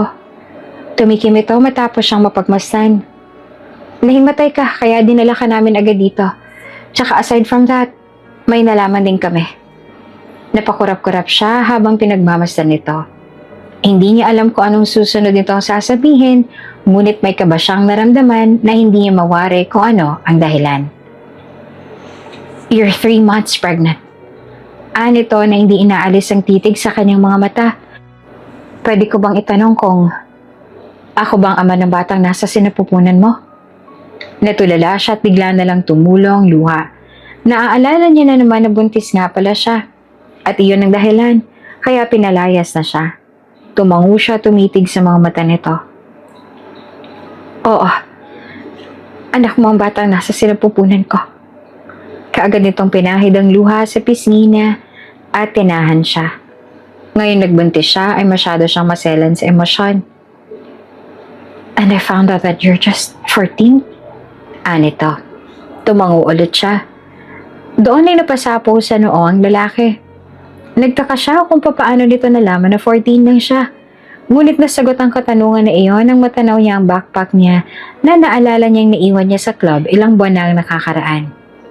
Siguro ay nakita nito ang ID niya. Iuuwi ka namin sa inyo. Can I call your parents? Huwag kang mag-alala. Pananagutan ko ang lahat, lalo-lalo ng bata. Nito na may sinseridad sa mga mata. Kaagad siyang umiling. Huwag na. Pinalayas na rin naman ako sa amin. At saka wala na akong pamilya. Nakikitira na lang ako sa bahay ng tito ko. Lalabas na lang ako ngayon at ako nang bahala kung saan ako pupunta. Nagulat ang lalaki. No. Kung ayaw mo umuwi sa inyo ay sa aking katumera kung ganun. Nagulat siya ngunit inaisip niyang iyan na nga siguro ang mas mabuting paraan. Total, ito naman ang ama ng kanyang anak. Wala siyang dahilan para humindi pa. Sumama siya dito matapos niyang ma-discharge sa ospital. Ngunit hindi niya inaasahang hindi sa penthouse sila uuwi, kundi sa isang malaking mansyon ng lalaki. Hindi niya akalaing mayaman pala ito kaysa sa inaakala niya. Oops! May break muna. Gusto mo bang ma-shoutout dito sa channel ni Ate Jane? Mag-comment lang ng lesson you learned from the latest story uploaded. Dahil pipili kami ng isang best comment of the day para i-shoutout sa susunod na upload. Kaya huwag kalimutang mag-iwan ng lesson you learned after you watch this video. Maraming salamat! Shoutout nga pala kina Jeline Saban from Parañaque, Nida Salas at Nanita Agarado. Maraming salamat sa pagkikinig.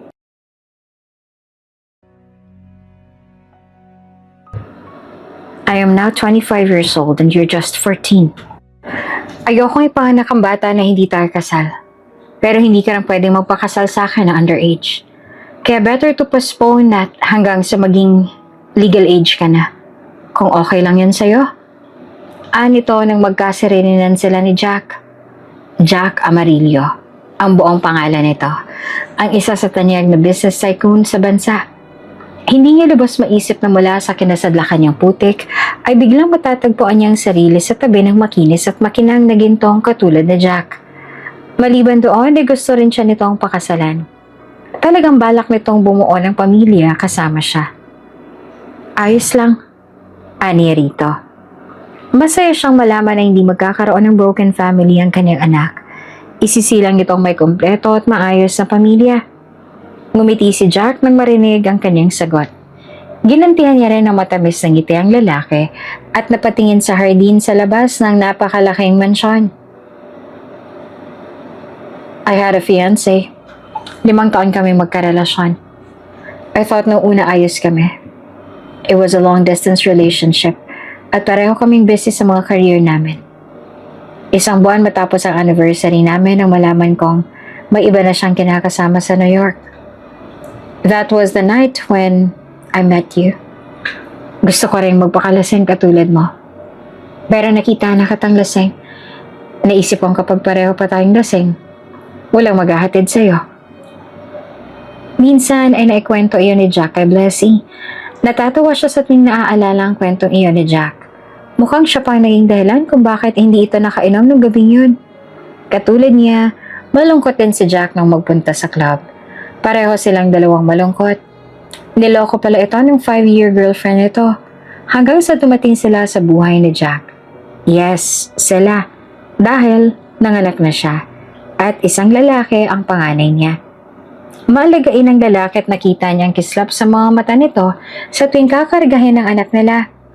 Matapos niyang mga anak ay nag-leave muna ito sa trabaho upang maalagaan sila ng anak niya. Kumain ka ng maayos ha? Isang umaga nang dalhan siya nito ng pagkain sa mismong kama niya. Habang hindi pa sila kasal ay magkahiwalay muna sila ng kama. Nilerespeto ni Jack ang privacy niya at ang sitwasyon nila.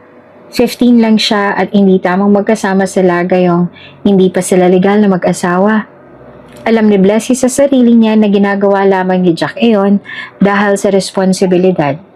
May dati itong fiancé at kung balak nitong bumalik sa babae ay magpaparaya siya. Alam niya ang lugar niya sa puso ni Jack. Kahit masakit para sa kanya, masakit dahil sa mga nagdaang mga araw at buwan sa piling ni Jack ay napamahal na ito sa kanya, may puwang na si Jack sa puso niya.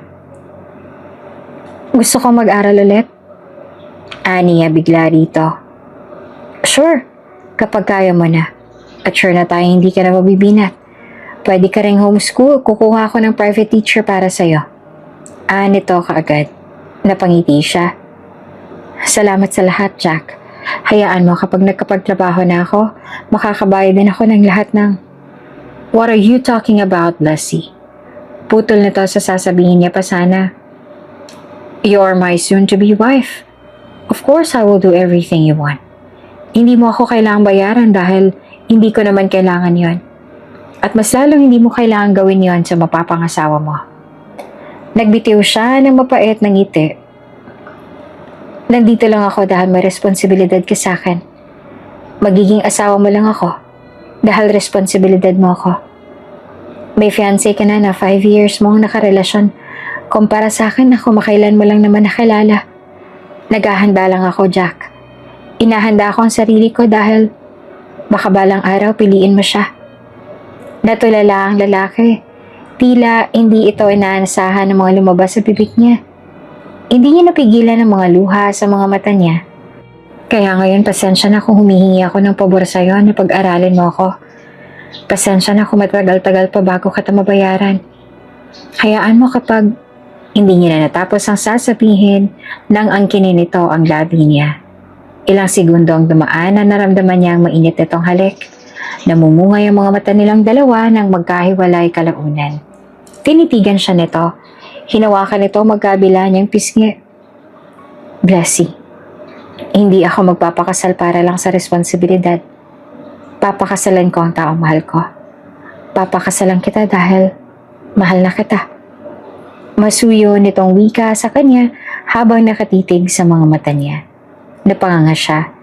Hindi siya makapaniwala habang nakatitig sa mga mata ni Jack.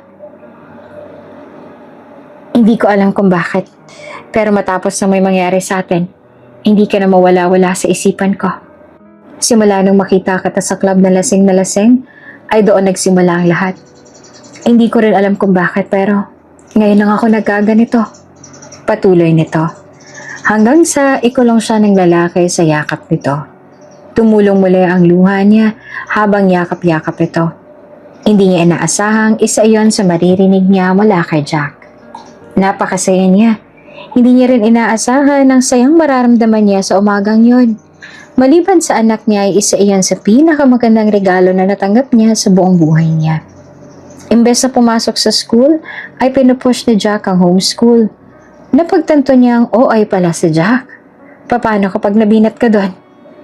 Nito nang sabihin niyang gusto niyang pumasok sa mismong school talaga.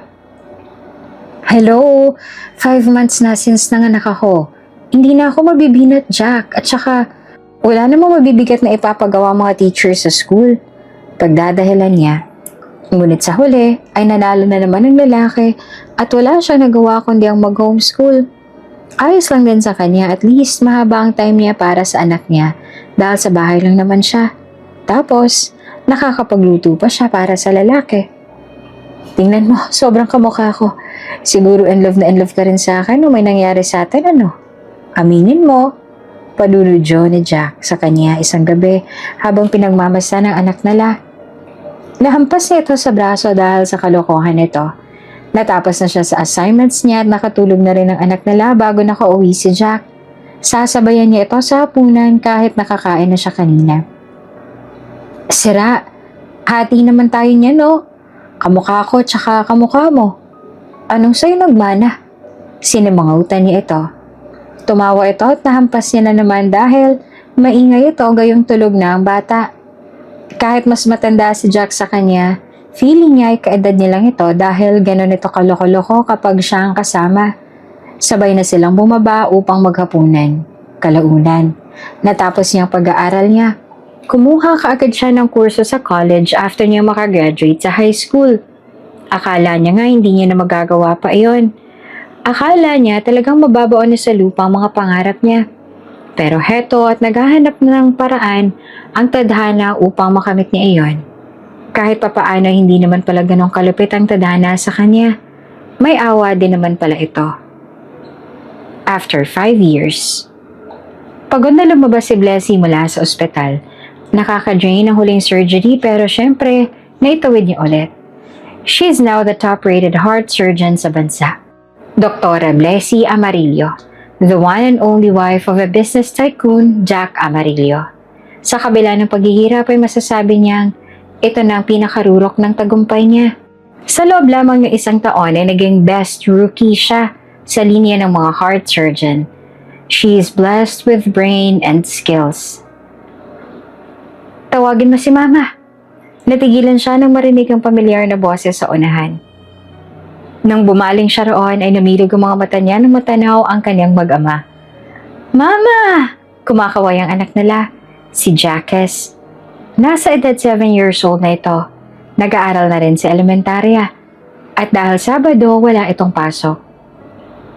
Ang Sabado ang bonding time nila dahil ang Sabado ang hinihingi niyang day off sa ospital. Sakto naman at kakalabas niya lang mula sa trabaho. Tapos, ang mag-ama niya kaagad ang sasalubong sa kanya. Talagang tanggal lahat ng pagod niya. Noong tumungtong siya ng edad na 18, ay kaagad siyang pinakasalan ni Jack. Hindi na ito hinintay na kahit mag-19 man lang siya. Talagang gustong-gusto na nitong magpakasal kaagad sa kanya. Minsan lang talaga sila magtalo ni Jack at sa maliit na bagay lang, tapos magbabatirin kalaunan. Hindi naman mawawala iyan sa relasyon. Ang importante, nagkakaintindihan sila sa maraming bagay at matatag silang dalawa. Gusto mo ng pasta? Ani ni Jack sa anak. Hinalikan niya ang anak sa noo at ginulo ang buhok habang naglalakad sila patungo sa kotse. Para ka talagang papa mo mahilig sa pasta. Ani niya at natawa. Inakbayan siya ng asawa. Hayaan mo, Sa susunod, babae naman ang anak natin at magmamana sa'yo lahat. Napanguso siya. Pampalubag loob ba yan? Dahil ba alam mong hindi nagmana sa akin ang anak mo? Pinisil nitong pisngi niya at tinalikan sa pisngi. Hindi naman. Sus, yabang talaga. Bubulong-bulong niya. Hindi naman siniseryoso ng asawa niya ang mga tampo niya. Pinagtatawanan nga lang siya. Dumiretso sila sa isang restaurant at nag-uunahan pa na mag-order ng pasta ang dalawa. Animoy mauubusan. Pakiramdam niya tuloy, dalawa na ang anak niya. Nakikilevel din sa anak niya itong asawa niya. Sa huli, napapailing na lang siya. Beef steak ang in-order niya, habang enjoy naman ang mag-ama sa paborito nitong pasta. Napangiti siya habang pinapanood ang dalawa. Akmang lilingon na siya sa labas nang mapansin niyang babaeng kakalabas lang sa pharmacy sa kabilang side ng restaurant sa mall. Namilog ang mga mata niya nang mamukhaan ng babae. Iyon ang tita Maricel niya. Hindi naaalis ang tingin niya sa babae hanggang sa makadaan nito sa labas ng restaurant. Nakasunod ang mga mata niya rito at pinagmamasan niya ang itsura nito habang naglalakad. Kapansin-pansin ang pamamaga ng mga mata ng ginang. Hindi tulad noon na blooming ito. Ngayon ay tila stress ito. Napalunok siya at kaagad na nagbawi ng tingin nang akmang lilingon na sa gawin niya ang babae. Bago pa siya nito mapansin ay tinuon niya na ang tingin sa kanyang pineapple juice. Hanggang sa pag-uwi niya ay hindi maalis sa isipan niya ang mukha ng kanyang tita Maricel. Hindi niya alam kung nangyari matapos niyang umalis sa bahay ng mga ito. Kahit na may kaunting pagtatampo siya sa mag-asawa, ay nag-aalala siya sa mga ito. Lalo na sa kanyang tito Nardo. Ligo ka na at mag-brush ng teeth bago matulog. Aniya sa anak matapos niyang maganda para sa susuotin nito. Opo, mama. Nakangiti itong pumasok sa banyo. Nagtungo naman siya sa silid nila ng asawa niya. Narinig niya ang lagaslas ng tubig sa shower. Maya-maya pa siya makakaligo nito kaya't bumaba na lang muna siya upang magtimpla ng gatas at balak niya na rin na i-check ang mga files na dinala niya para tapusin. Pero natapos na siya't lahat-lahat ay hindi pa rin siya dalawin ng antok. Kaya't napili niya magtungo na lamang sa terasa upang uminom naman ng tsaa. Wala siyang balak na bumalik muna sa silid nila ni Jack. Naaalala niya na naman ang itsura ng kanyang tita Maricel. Kapag gano'n na magkaiba sa kanyang tita Maricel ay tsak na merong nangyayaring hindi maganda sa mga to. Hindi ka ba makatulog? Napalingon siya sa pinanggalingan ng boses. Ang nakita niya ay si Jack na may bakas ng pag-aalala sa mga mata. Ngumiti siya sa asawa. Oo. Bakit gising ka pa? Niyakap siya nito mula sa likod nang makalapit sa kanya. Inihintay kita. Napabuntong hininga siya nang tinuon niya ang pansin niya sa labas. Mukhang may malalim kang iniisip pa. Nito. Tumango siya. Nakita ko nga pala si Tita Maricel kanina. Sila yung naging guardian ko matapos mamatay ang mga magulang ko. Tumango-tango si Jack nang mapagtanto nito ang sinasabi niya. Naikwento niya na ang tungkol sa pagpapalaya sa mag-asawa sa kanya matapos siyang mabuntis. What are your plans now? Bulong nito sa kanya habang yakap siya. Kahit ganun ang ginawa nila sa akin, hindi ko alam kung bakit nag-aalala pa rin ako sa kanila nang makita akong itsura ni tita kanina. Siguro kasi naging parte rin naman sila ng buhay ko noon. Lumaki ako sa poder nila at mahaba-haba din ang naging pagsasama namin. Pamilya ko rin sila kahit papano, Jack. Maiiyak ng sambit sa asawa. Kaya lang, parating paghihirap sa damdamin ang daladala ng alaala niya sa pamilyang yon. Ayaw niya na sanang balikan ang parting yon. Pinakinggan siya ng asawa. Lahat ng hinaing niya ay tila sinasa puso nito. Walang panghuhusga na pinagmasdan lang siya habang nagsasalita. Hanggang sa abutin sila ng antok at parehong nagdesisyon na bumalik na sa silid. Yakap-yakap siya nito at ramdam niyang mainit na yakap nito. Habang nasa higaan sila, kung noon pakiramdam niya ay nag-iisa siya, ngayon ay heto at may pamilya siyang handang makinig at bigyan ng konsiderasyon ng lahat ng sinasabi niya. Hindi tulad noong nasa poder siya ng tito niya, walang kahit na sinong nakinig sa parte niya. Hinusgahan ng mga ito at pinaalis ng walang kalaban-laban. Matagal siyang nakatulog kagabi kung kaya't kinaumagahan ay mabigat ang pakiramdam niya. Ganon talaga sa tuwing kulang ang tulog niya. Ang hindi niya lang inaasahan ay ang babaeng masasalubong niya sa hallway ng ospital. Kaagad na umangat ang kilay nang makita niyang si Tita Maricel niya ang nakita niya sa ospital. Oh, Blessy, anong ginagawa mo rito? Janitress ka ba rito sa ospital? Nito. Kumunot ang noon niya sa unang sinabi ng kanyang Tita Maricel. Talagang iniisip nitong hindi niya kakayaning mabuhay na mag-isa. Talagang inaasahan nitong naghihirap siya nang umalis siya sa poder ng mga ito. Talagang janitress ang unang naisip nitong dahilan kaya nagkita sila ngayon dito? Hindi po. Oh, come on. Huwag ka na mahiyang aminin ang trabaho mo. Mas mabuti yan nang may panggastos ka naman sa anak mo. Kamusta naman? Hanggang ngayon ba pinagtataguan ka pa rin ng ama ng anak mo? Nagsustento naman ba? Pinutol nito ang sasabihin niya para sa isa pang patutsada. Hindi na siya agad makapagsalita dahil sa mga naririnig niya mula sa Tita Maricel niya. Hindi niya lubos maisip na na-imagine talaga nitong ganoon kamiserable ang buhay niya ngayon. Ano po bang dahilan at nandito kayo? Niya na nakangiti sa kabila ng mga sinabi ng Tita Maricel niya sa kanya. Tumikim ito taas noon nagsalita. Nandito kami dahil narito raw ang pinakamagaling na heart surgeon. Ayoko mag-aksaya ng panahon para sa ospital na mababa ang kalidad. Namilog ang mga mata niya nang marinig ang sinabi ng ginang. Sino hong mag-undergo ng surgery? Nag-aalala niyang usisa.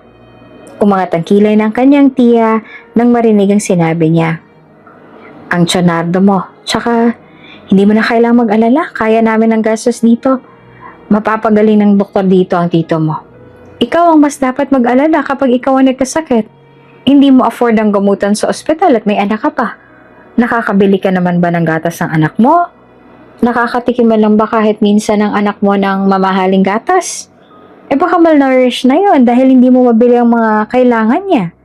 Kung sana hindi ka lang nagpabuntis ng maaga, di sana graduate ka na ngayon at maganda ang trabaho. Lumunok siya at nagbitiw ng tipid ng ngiti. Doktora, buti naman dumating na kayo. Kanina pa may mga nakapila sa labas ng klinik mo. Ani ng assistant niya na biglang sumulpot. Kapansin-pansin ang paglaho ng ngiti sa labi ni Maricel nang marinig ang tinawag ng isang nurse kay Blessy. Ani mo'y namalilang siya ng dinig sa babaeng lumapit. Okay, sige. Tumango si Blessy sa babaeng dumating tsaka bumaling sa kanya. Sige po, Tita Maricel. Alis na po ako.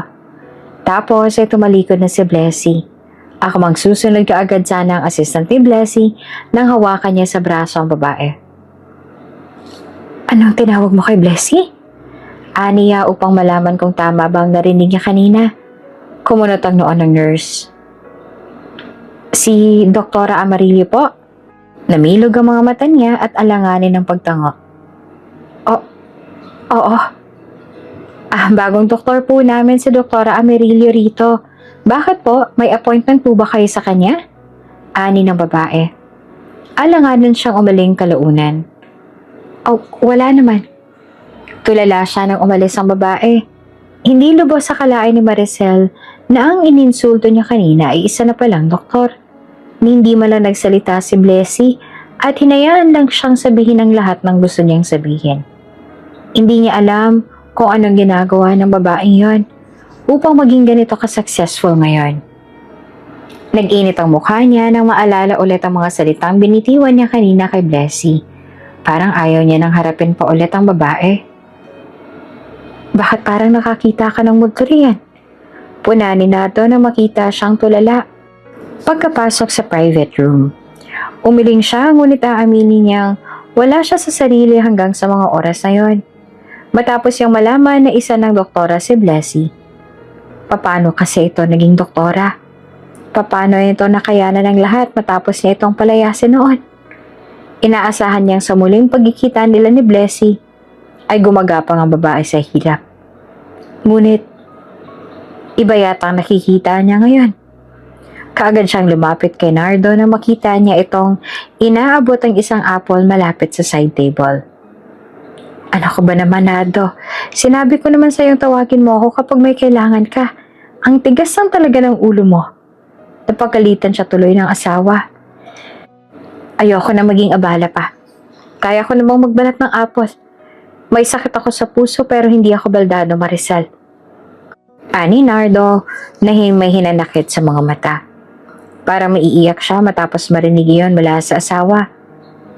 Kahit nagpapakatapang siya sa labas, malambot naman siya pagdating kay Nardo. Ang totoo niyan ay natatakot siya sa kahihinat na ni Nardo sa oras na hindi ito nakasurvive sa operasyon. Kinuha niya ang apple at kutsilyo tsaka inilapag malapit kay Nardo. Pagbibigyan niya ang asawa sa gusto nito, saka siya lumabas. Balak niya magtungo sa lobby ng ospital, ngunit nadaanan niya ang mga nurse na nag-uusap sa hallway. Grabe no, yung galing pang malayo, sasadyain talaga tong hospital natin. Ani ng isang nurse. Salamat kay Doktora Blessy Amarillo. Ikaw ba naman magaling na heart surgeon eh, sino ba namang hindi dadayo? Sabat naman ng isa.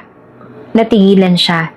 Doon niya napagtantong, si Blessy pala talaga ang hahawak sa surgery ng kanyang asawa. Kung ganon, ay hawak ni Blessy ang buhay ng kanyang asawa. Pagkatapos ng masasamang sinabi niya sa babae, ay biglang naglaho ang pag-asa sa puso niya. Hindi niya alam kung pwede pa ba siyang magpakakampante matapos niyang malaman na ang babaeng pinalayas at ininsulto niya kanina ay siyang kailangan niya ngayon upang iligtas ang buhay ng asawa niya. Bobo mo! Ang bobo mo! Aniya sa sarili pagkatapos makalayo ng mga nurse na yon. Parang gusto niyang saktan ng sarili. Matindi ang pagsisisi sa puso niya sa mga oras na yon. Kung bakit kasi si Blessy pa? Bakit yung taong winalanghiya at minaliit niya noon ang siyang kailangan pa nila ngayon? Anong klaseng karma ito? Hindi niya na alam kung anong mukhang ihaharap niya sa babae matapos ang mga nasabi niya. Hindi niya na alam kung anong gagawin niya sa oras na naghaharap ulit sila. Nakasalalay sa mga kamay ni Blessy ang buhay ng pinakamamahal niyang asawa. Kailangan niyang bawiin ang lahat ng sinabi niya. Kailangan niyang humingi ng tawad dito para sa asawa niya. Nagulat si Blessy nang makita ang isang basket ng prutas sa desk niya. Dumating ang nurse niya kaya kunot noong nilingon niya ito. Bakas ng pagtatanaw ang mga tingin niya. Iyong nagngangalang Maricel, pinapaabot niya yan sa akin. Para sa'yo. Magkakailala raw kayo. Ani ng assistant niya. Napamaang siya saglit at kalaunan ay tumangutango at bumuntong hininga. Ang totoo niya na hindi siya nagugustuhan. Ginagawa lamang ito ng tita Maricel niya matapos itong malaman na doktor na siya at hindi naman talaga siya isang janitress.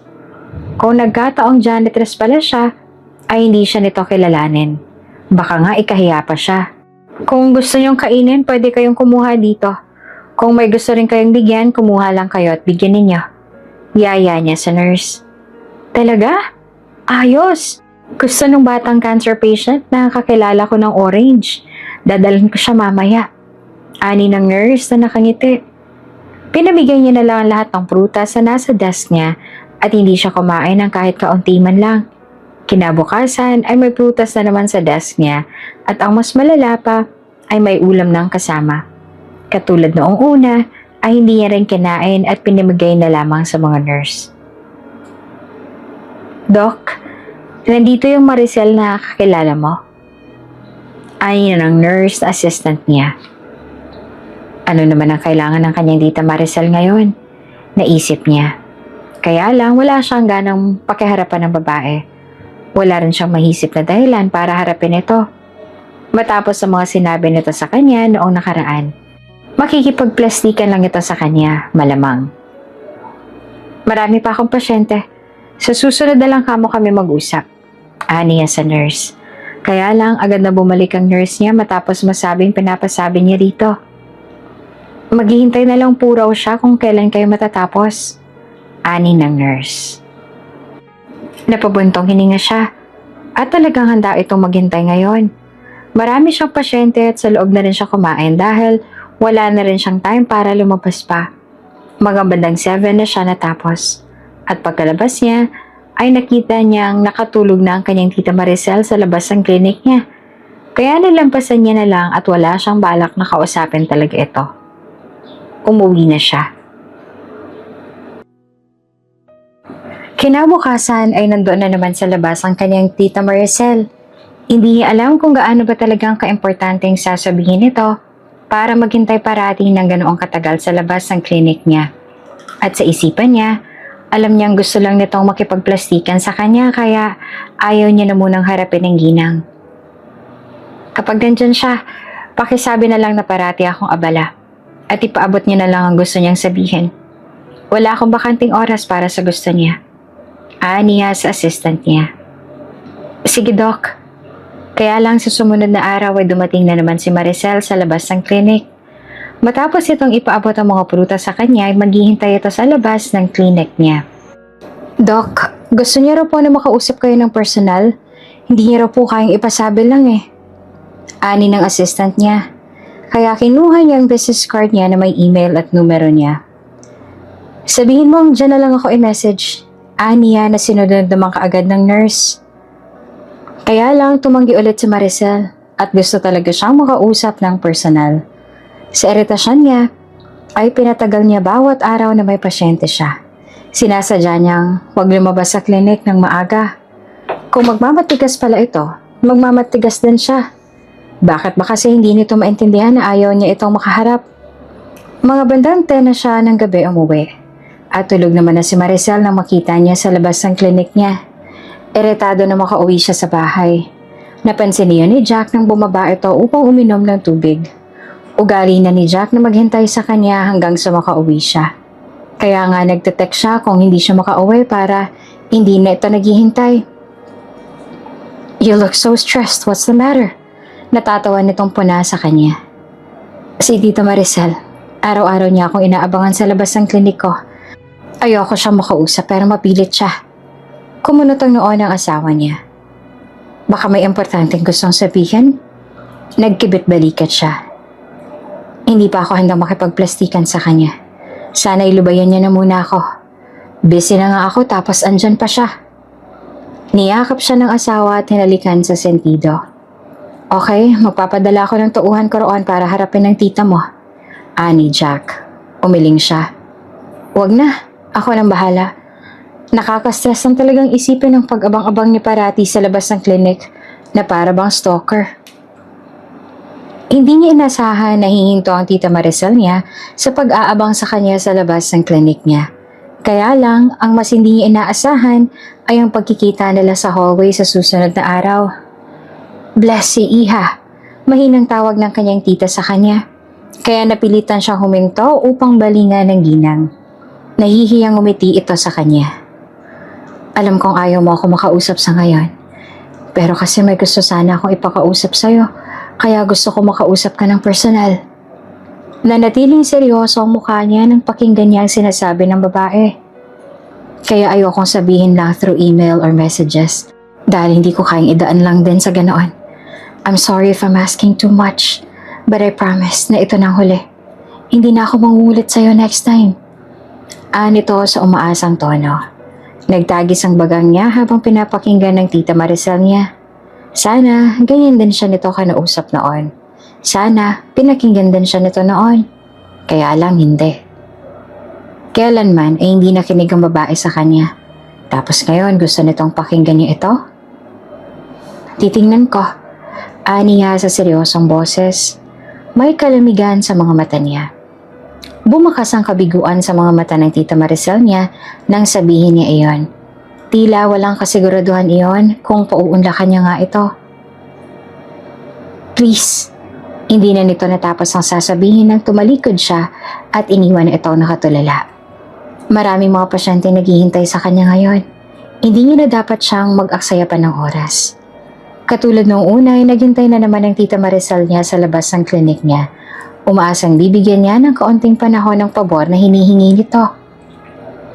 Biyernes ng gabi nang mag-round siya, isa-isang nasa listahan na pupuntahan niya ay ang VIP room ng kanyang tito Nado. Namilog ang mga mata nito nang makita siya. Napalunok ito at nagbitiw ng mapait na ngiti. Bless si Iha, banggit nito. Tumangol lang siya tinignan ng record niya. Formal na animo ay hindi niya kakilala ang pasyente. Gusto niya ng casual na interaction. Ayaw niyang maapektuhan ang trabaho niya. Doktor ka na pala. Masaya akong sa wakas natupad mo ng pangarap mo. Ni tito niya. Nagbitiw lamang siya ng tipid ng ngiti. Akala ko gusto mong maging guro noon. Hindi ko alam na doktor pala ang pangarap mo. Nakakagulat. Nito na nalikipan pa ng tipid ng ngiti. Ngunit patuloy lamang siya sa pag-check ng BP nito. Gusto niyang isawalang bahala ang mga sinasabi nito ngayon, pero hindi niya magawa. Normal naman ang BP mo po. Regular kayong check ng mga nurse while naghihintay po kayo sa donor. Niya sa formal na paraan. Malaki ng pinagbago mo, iha. Nito, imbes na pagtuunan ng pansin ang sinabi niya. Tumikim siya at ngumiti ng bahagya. Ayaw niya nang i-entertain pa mga sinasabi ng tito niya. Kung maaari, ay wag na nitong balikan ang nakaraan at magbangkit ng tungkol doon. Walang naging maganda sa naging buhay niya dati. Hindi worth it na pag-usapan pa. Good evening po sa inyo, aalis na ako. Ngunit bago pa siya makaalis ay nagsalitang muli ang tita niya. Patawarin mo ako, iha. Nito sa mapait na boses. Nagtagis ang bagang niya. Kumirot ang puso niya nang marinig iyon mula sa tita niya. Hindi siya gumalaw, ngunit huminto siya. Patawad kung nagpadala ako sa galit ko at hindi ko malang naisip ang sitwasyon mo. At isang tabi muna ang galit. Bata ka pa at walang alam. Kaya dapat iintindi ka namin. Patawad sa lahat. Nito sa namamaos sa boses. Nagbitiw siya ng malalim na paghinga bago nagsalita. Ang nangyari sa nakaraan ay mananatili na lang sa nakaraan, tito. Kailangan na natin kalimutan yon. At matagal ko na rin kinalimutan ang mga yon. Salamat po sa ginawa ninyo. At nakatagpo ako ng taong totoong magmamahal at magtatanggol sa akin. Yung taong hindi ako huhusgahan, kundi pakikinggan at uunawain. Nilingon niya ang kanyang tito at nagbitiw ng pilit ng ngiti.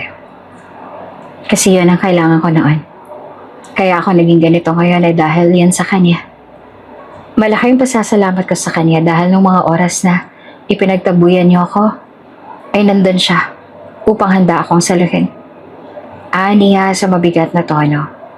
Nakita niyang sakit sa mga mata ng kanyang tito.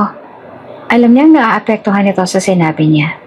Nakokonsensya siya at ayaw iyong sabihin ngunit nadadala siya sa emosyon niya.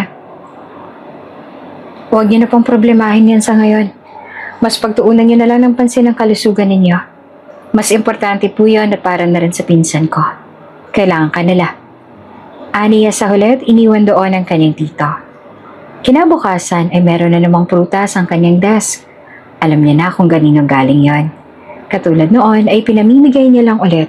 Naghintay ulit ang tita niya sa labas ng klinik. Ngunit sa gabing yon ay hindi niya na malayang sumunod ito sa kanya sa parking lot. Iha, please wait. Humihingal itong sumunod sa kanya. Halatang tumakbo ito para lang maabutan siya. Kumunot ang noon niya ng balinga ng babae. Please, kung wala ka talagang time para sa pabor na hihingin ko, pwede bang dito na lang tayo mag-usap? Nito. May pagsusumamo sa mga mata nito. Kaya umayos siya ng tayo at hinarap ito. Mapipilitan siyang kausapin ito ngayon dahil talagang hinahabol siya nito hanggang dito. Please. Nito sabay luhod. Namilog ang mga mata niya sa ginawa ng kanyang tita Maricel. Hindi niya lubos sa kalaing ibababa nito ng ganito ang sarili upang bigyan niya lang. Alam kong hanggang ngayon ay galit ka pa rin sa amin. Aminado ako na malaking kasalanan ko sa iyo.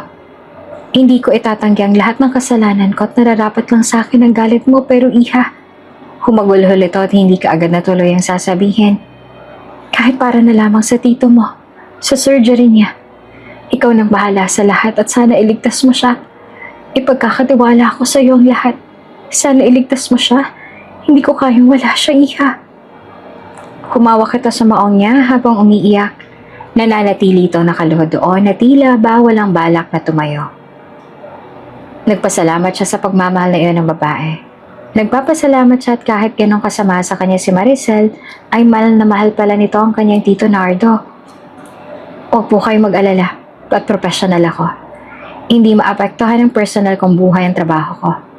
Tiyuhin ko siya kahit balibaliktarin ko man ang mundo. Isasalba ko siya. Hindi lang dahil pasyente ko siya, kundi dahil importante siya sa akin sa kabila ng mga ginawa niya sa akin noon. Tumulo ang luha niya at hindi niya na iyon napigilan pa. Salamat, Iha. Salamat. Paulit-ulit nitong sambit. Tinalikuran niya ito at nagtungo na sa kotse niya. Nakita niyang nananatiling nakasalampak ang babae sa semento ng parking lot, ngunit makikita ang pag-asa sa mga mata. Hindi naman siya ganoong kasama upang kumitil ng buhay dahil lang sa galit. Upang masabi lang na nakaganti na siya. Para sa kanya, sapat na mga nakita niyang pagsisisi sa mga mata ng mga ito upang masabi niyang tama na. Natapos na ang lahat sa nakaraan, na kailangan niya nang mag-move on. Hindi niya naman hahayaan ang sarili habang buhay siyang manatili sa nakaraan. Dahil hindi siya pinalaking ganoon ng kanyang mga magulang. Mahirap sila, pero sagana siya sa pagmamahal. Iyon ang yaman na hindi mapapantayan ng kahit na anong material na yaman sa mundo. Sinulipan niya si Maricel sa side mirror ng kanyang kotse at pinahid niya ang luha sa kanyang pisngi. Hindi niya alam kung bakit pero pakiramdam niya ay makakatulog siya ng maayos ngayong gabi. 3 buwan din ang dumaan nang dumating ng mga kailangan nila para sa operasyon ng kanyang tito. Hindi madaling makahanap ngunit ipinagpapasalamat na rin ng pamilya na sa loob ng 3 buwan ay dumating na rin ang pinakahihintay ng mga to. Hindi tulad ng iba, naghihintay na inabot ng ilang taon bago dumating. Sa loob ng operating room ay bumalik sa isipan ni Blessy ang mga araw na kasama niyang tito Nardo niya. Kung kailan sinundo siya nito mula sa lamay upang ampunin at tanggapin sa pamilya nito. Hindi siya ang nasa bingit ng kamatayan, ngunit siya ang may flashbacks kasama ang kanyang tito. Sa mga oras na yon ay wala siyang ibang naisip, kundi ang ililigtas niya ang kanyang tito katulad ng mga nailigtas niya noon sa bingit ng kamatayan. Panay ang mando niya sa assistant niya sa operating room sa mga kagamitang gagamitin niya para sa operasyon. Kalmado at profesional ang mga kilos niya habang ginagawa iyon. Hanggang sa matapos ang ilang oras ay napagtanto niyang successful na nagawa niya ang operasyon. Ligtas na ang kanyang tito Nardo. Sa kamay niya mismo dumaan ang kapalaran nito. Matapos ang operasyon ay isang malalim na paghinga ang binitawan niya at naupo sa bakanting silya sa loob. That moment, she is so proud of herself. She did it. She did save her uncle's life. She saved her cousin's father and her tita's husband. Nagawa niyang naipangako niya sa mga ito at hindi siya nabigo. Nang lumabas siya sa operating room ay sumalubong kaagad sa kanya ang tita niya. Stable na siya. Kailangan na lang obserbahan sa ngayon. Aniya. Nakita niya kung paanong umiyak sa tuwa si Maricel. Nagyakapan ng mag-ina at ilang beses na nagpasalamat sa kanya ang ginang. 2 buwan ng observation hanggang sa tuluyan na ngang ma-discharge ang tito niya. Parati pa rin naman siyang nakakatanggap ng prutas mula kay tita Maricel niya. At sa pagkakataong yon, ay kumakain na rin siya. At least alam niyang bukal sa kalooban ng tita niya ang mga binibigay nito sa kanya. Isang umaga ay nakita niya si Jane sa lobby ng ospital. Hindi niya inaasahan ang pagpunta ng pinsan niya sa araw na yon. Ang huling beses pang nakita niya ito ay noong operasyon ng ama nito. Naghintay ito sa labas ng operating room para sa balita. Ate Blessy, anito. Oo, matanda siya ng 2 taon kay Jane. Mahihain ito noon, ngunit napagtanto niyang nabawasan ng pagkamahiyain ito ngayon. Jane, ani at nilapitan ng pinsan. Niyaya siya nito sa isang coffee shop malapit lang sa ospital. Saktong-sakto at walang masyadong pasyente dahil holiday. Kamusta na si Tito? Ani matapos na makatungga ng hawak na cafe Americano. Ngumiti si Jane. Ayos na siya ate. Sa ngayon pinagbabawalan na siya ni Mommy na bumalik sa work. Ako na naman ang nagtatrabaho ngayon sa office at pumilit kay Dad sa work. Bala kong ayusin muna ang sitwasyon nila ngayon bago ko gawin ang ibang gusto ko. Tumangu-tangu siya. Huwag mo rin kalimutan ang sarili mo. Hindi porket ikaw na ang breadwinner ngayon, ikakalimutan mo na rin ang sarili mo. Makipag-date ka rin. Natawa ito sa huling sinabi niya. Wala pa yan sa isip ko, hindi naman ako nagmamadali. Wala sa lahi natin ang tumandang dalaga. Baka ikaw pa lang. Dagdag niya na nalakipan pa ng tawa. Mas lalo lang itong natawa. Naging smooth naman ang usapan nila at nagkamustahan. Inabot din ng kalahating oras bago sila natapos at sinamahan niya ito sa parking lot para magpaalam. Balak ni Daddy na magtungo sa province. Maiiwan ako sa city dahil sa work. Bibisitahin ko rin sila. Ayos lang din para sariwang hangin ng malanghap ni Dad at hindi puro polusyon dito sa city. Huling sinabi ni Jane bago natapos ang usapan nila.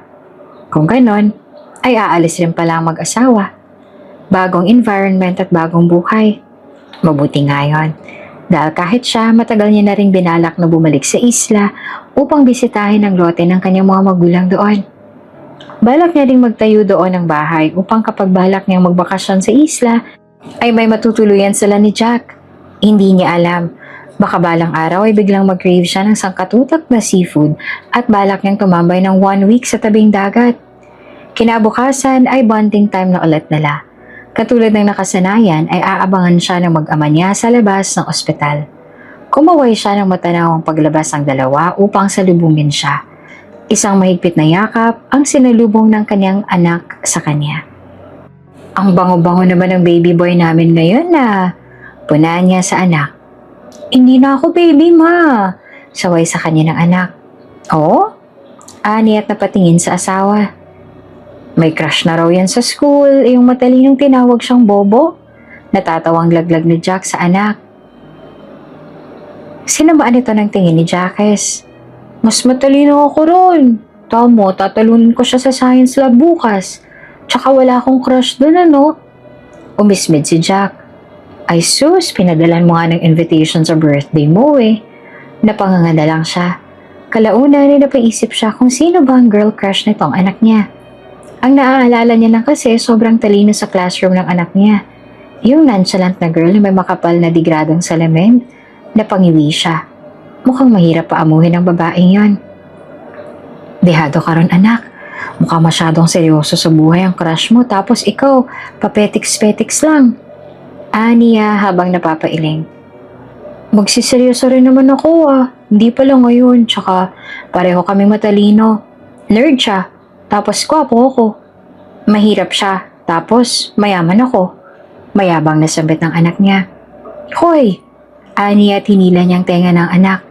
Ikaw hindi kita tinuruan ng ganyan. Saan mo natutunan niyang kahanginan mo? Aray, mama! Napangiwi ang anak niya. At talagang hindi mo pa siya crush sa lagay na yan. Panunodyo naman ni Jack sa anak. Ano naman, crush lang naman eh. Pag-amin ng anak niya kalaunan matapos siyang bitiwan ng tenga. Napangisi na lang siya kalaunan. Ang cute lang nitong tingnan. Mukhang matapang ang crush ng anak niya. Pag nagkataon na nagkatuluyan ng dalawa in the future, ay may isa pang commander sa bahay ng anak niya. Mabuti nga yun ang magtanda ang anak niya. Maingay ang paligid. Lahat ng kaklase ng anak niya ay nandoon. Maging yung mga naimbitihang bisita na natulungan niya noon ay dumating. Iyong mga malapit naman na kaibigan ni Jack ay dumating din. Bongga ang party katulad ng gusto ni Jack para sa anak. Lalo na ang kanyang anak na nagpasikat sa crush nitong dumating sa party nito. Dumating si Alice, ang nasabing crush ng kanyang anak. May glasses at formal ang pananamit. Napangiti siya nang makitang nag-aatubili pang lumapit ang anak niya. Ang tapang-tapang kapag sila lang, tapos kapag nandyan na si Alice ay bahagang buntot. Natatawa siyang napailing sa anak. Doc Tessie! Bulalas ang kararating lang na isa pang doktor. Kagad itong yumakap sa kanya. Naging kaklase niya ito noon sa college at halos magkasabay lang silang nakapasa. Tuwing birthday ng kanyang anak ay dumarating ito. Masaya naman siya nakikita ang dati niyang mga kaklase. Hoy, ang bongga! Pagkain talagang pinunta ko sa totoo lang. Pang-aalas ka pa ng kaibigan niyang doktor. Nagtawanan ng grupo nila dahil sa mga patutsada ng mga dumating na mga kaibigan. Hanggang sa napansin niya ang isang pamilyar na muka sa mga nanay na dumating sa birthday ng anak niya. Naningkit ang mga mata niya nang may mapagtanto. Nandoon din si Savannah, ang bully sa kanya noong high school. Isa pa lang anak nito sa naging kaklase ng anak niya. Napapailing na lamang siya. Pakiramdam niya tuloy ang liit ng mundo. Sa dinami-dami kasi ng taong isa sa naging bisita niya ay nandun talaga si Savannah. Napangiti siya na magsalubong ang tingin nila ni Savannah. Nagulat ito ngunit ngumiti ring kalaunan. Wala siyang galit sa babae. Bata pa sila noon at mukhang malaking pinagbago ni Savannah ngayon. Formal ang pananamit nito ngayon at medyo pumayat din. Hindi tulad noon, mukhang stress na din ang babae ngayon. Hindi na kasing klase ang suot nito ngayon. Simpleng maong at itim na shirt lang ang suot ng babae. Wala na rin itong makeup sa mukha, hindi tulad noon. Anong buhay kaya meron si Savannah ngayon? Anong naging trabaho nito ngayon? Mama! Napalingon siya sa pinanggalingan ng boses at nakita niya si Alice, ang crush ng anak niya. Nagulat siya nang makitang lumapit si Alice kay Savannah. Kung ganon, ay anak na to si Alice? Ma, nagbigay na ako ng regalo ko. Alis na po tayo. Tutulungan ko po kayong maglaba, di ba? Ani Alice. May pait sa ngiti ni Savannah. Ayos ang anak, saka na lang tayo maglaba. Pwede pa naman bukas. Parati mo na lang iniisip ang labahin ko, kaya ko naman yun mag-isa. Minsan ka na nga lang nakakapunta sa ganito tapos uuwi ka kaagad. Bumusangot si Alice. Mama naman, kapag di natin nilaban yung mga pinapalaban ni Aling Kusing, baka magalit yun, baka hindi pa tayo bayaran. Alam mo namang wala na rin tayong bigas sa susunod na araw. Dahil sa pagtatalo na mag-inay, hindi na malaya ng mga to na nakalapit na siya. Narinig niya ang pinag-usapan ng dalawa. Napabilib siya kung paano napalaki ni Savannah ang anak na to. Responsable at hindi bata kung mag-isip. Siguro dahil sa kahirapan kaya napilitan nitong maging mature. Tama ang mama mo, Alice, singit niya. Nagulat pa ang dalawa dahil sa pagsulpot niya. Dok! Gulat na napayuko kaagad si Alice. Ngumiti siya sa dalawa. Kitang hiya sa mukha ni Savannah na magsalubong ang tingin nila. Huwag na muna kayong umuwi, Alice, Savannah. Tama ang mama mo. Mag-enjoy ka muna. Aniya sa bata. Kaya lang po may naiwan pa kaming trabaho ni mama sa... Huwag mo nang intindihin yon. Ako nang uuwi. Uunti-untiin ko lang yan ngayon. Huwag ka mag-alala. Putol na Savannah sa sasabihin ng anak at hinawakan ang braso nito. Ikaw rin, Savannah. Huwag ka rin munang umuwi. Ako nang bahala kung ano man ang problema ninyo. Huwag kayong mag-alalang dalawa. Aniya. Pero, nag-aalangan pa si Savannah. Pero nginitian niya ang babae kalaunan ay pumayag na rin ito. Nang maiwan silang dalawa ni Savannah, ay biglang nagsalita ang babae. Sorry sa mga nagawa ko noon. Ginawa ko lang yan kasi gusto ko makipagkaibigan sa'yo. Pero masyado kang seryoso sa negosyo mo. Papansin lang talaga ako. Pasensya na rin sa kabulastugan ko nung high school tayo, Blessy. Nito. Ngumiti siya, tinapik ang balikat ng babae. Naramdaman niya ang buto roon. Namayat ang babae, sa totoo lang ay nakakaawang itsura nito ngayon. Ayos lang, matagal na yon. Bata pa tayo na pasensya na rin kung hindi mo lang tayo nagkaroon ng chance ang maging magkaibigan. Niya na nakangiti. Naiiyak na tumango si Savannah. Bago umuwi ang mag-inay, binigyan niya ng 5,000 na halos ayaw pang tanggapin ni Savannah. Ngunit pinipilit niya sa babae kung kaya't napilitan itong tanggapin na lamang. Sa ganoong paraan ay hindi na mamomroblema ang mag-ina para sa bigas. Hindi na rin kailangan pang maglaban ng mga ito pag-uwi. Bakit niyo po kausap ang mama ni Alice, Mama? Anong pinag-uusapan ninyo? Curious naman, inusisa kaagad siya ng anak niya kinabukasan matapos ang birthday nito. May sinabi po kayo sa mama niya? Ngumisi lang siya kay Jacques kaya hindi siya nilubayan ng anak buong maghapon. Makulit pa ito kaysa sa ama nito. Ma, ano ba kasing sinabi niyo sa mama ni Alice, Mama? Nito sa labas ng CR habang tumatay siya. Kung saan-saan na lang siya sinusundan. Itali mo nga yung anak mo, parang asong nakawala. Niya na iritado na sa pagsunod-sunod ng anak niya. Si Jack naman na matagal makagets ay napatulala na lamang. Anong itatali? Ni Jack. Mama, ano kasi sinabi mo? Kasamama ni Alice. Bakit may pa-smile-smile ka pa dyan? Mama naman eh. Kinatok nito ang pinto ng kwarto nila mag-asawa. Naririndi na siya. Linggo ng umaga, hindi nila inaasahan ang pagpunta ni Tita Maricel at tito niya sa bahay. Ngayon ang alis namin pa probinsya. Bago man lang kami umalis ay maiabot namin ang regalo namin sa apo ko, Blessy. Pasensya na kung hindi kami nakarating sa party. Abala kasi sa pagkakarga ng mga gamit. Paliwanag ng tito niya. Ayos lang po, tito. Aniya. Natanaw niya si Tita Maricel niya na abala sa pakikipag-usap kay Jackie sa pool. Hindi niya lubos akalaing magkakasundo ang dalawa kahit pa ngayon lang nagkita ang mga to. Ibig sabihin ay bibisitahin na lang namin kayo roon. Minsan kapag may bakanting oras ay bibisita kami. Ani Jack na nasa tabi niya. Ngumiti ang kanyang tito. Sana nga'y parati kayo makadalaw sa amin. Nang parati naman makasama ang apo namin. Balak din namin na magpagawa ng fish pond. Masayang mamingwit minsan. Ani Tito Nardo niya. Mukhang pati ang asawa niya ay nagustuhan din ang ideya ng fish pond. Tsaka laking syudad ito at hindi kailanman nasubukan ang buhay bukid. Feeling niya ay excited na rin ang asawa niyang magtungo sa probinsya na pupuntahan ng kanyang tito. Nagpaluto siya at doon na rin kumain ng mag-asawa. Kahit papaano, ay napalitan ng hindi magandang alaala niya sa mag-asawa. Masaya nilang pinag-usapan ang plano ng tito niya sa nabiling lupa sa probinsya. Hindi mo madadala sa pakyut ang ganyang klaseng babae ang tipo mo. Tigasin at seryoso, tapos pakyut-cute ka at hiya-hiya ka lang. Akala mo may charm yon? Boses iyon ng Tita Maricel niya. Napalingon siya kina Tita Maricel niya na abala sa pakikipag-usap kay Jacques. Mukhang alam niya na ang topic ng dalawa. Mukhang magiging mentor pa nga ni Jacques ang lola nito. Unahin mo muna ang pag-aaral mo. Kung gayong seryoso pala siya sa buhay niya, hindi ka nang papansinin, Chuck. Kalaunan ay dugtong ng Tita Maricel niya. Napailing na lamang siya. Nalungkot naman ang anak niya sa pag-real talk ng lola nito. Natatawa na lang siya sa tabi. Ang seryoso ng usapan ng dalawa tapos iyon pala ang topic. Tungkol na naman pala sa crush ng anak niya. Samantalang may sariling mundo naman sina Tito Nardo at Jack sa kabila. Napapailing na lamang siya. Matapos ang tanghalian ay dumiretso na ang mag-asawa. Babiyahin ang mga ito at kailangan ng mga itong magpaalam. May gaan sa pakiramdam na tinanaw niya ang papalayong sasakyan ng kanyang tito.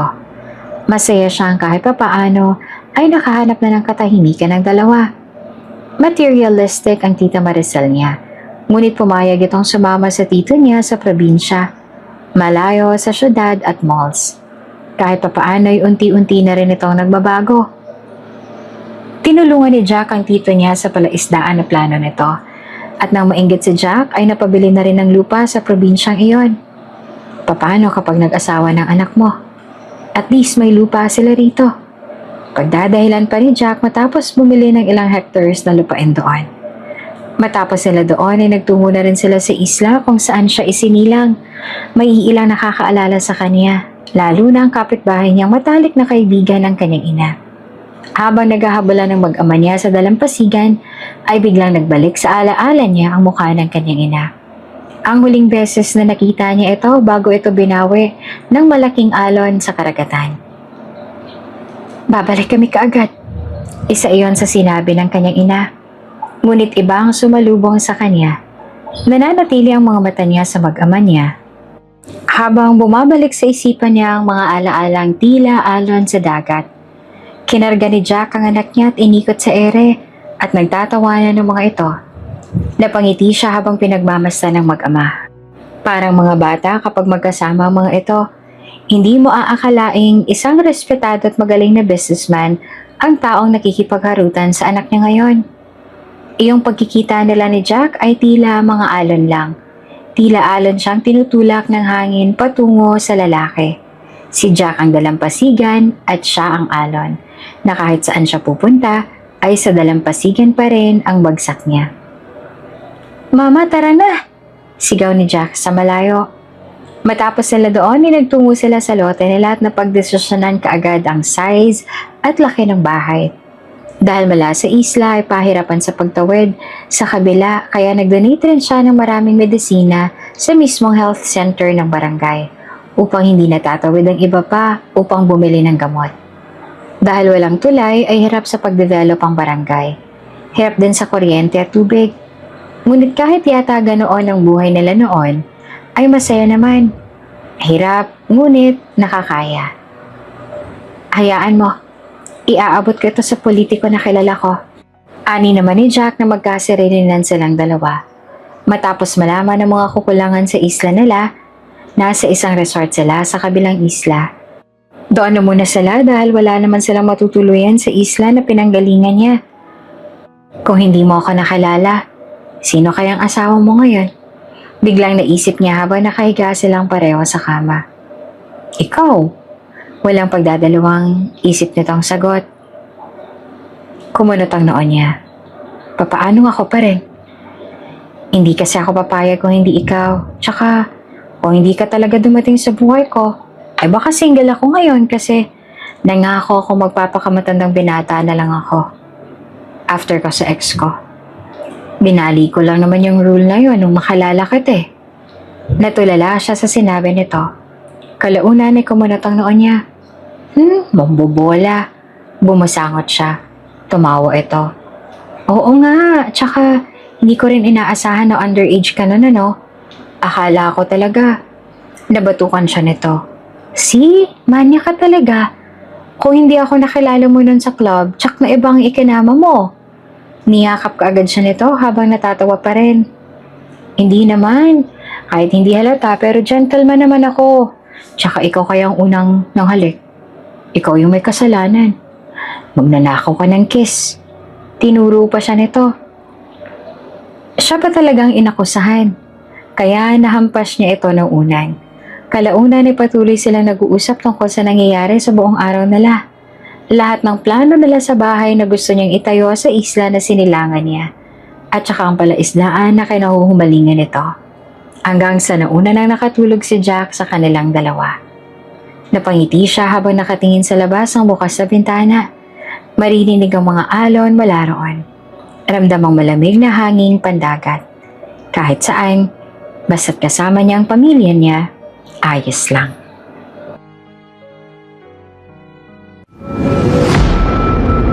Kung bago ka pa lang sa channel na ito, Ate Jane TV, huwag kalimutang pindutin ang notification bell and subscribe button. Sana po hindi naman malaking abala sa inyo ang pagpindot ng subscribe button dahil ang kapalit po nito ay ang pagsuporta para makapag-produce ng mga libreng stories sa mga channels ni Ate Jane. Maraming salamat!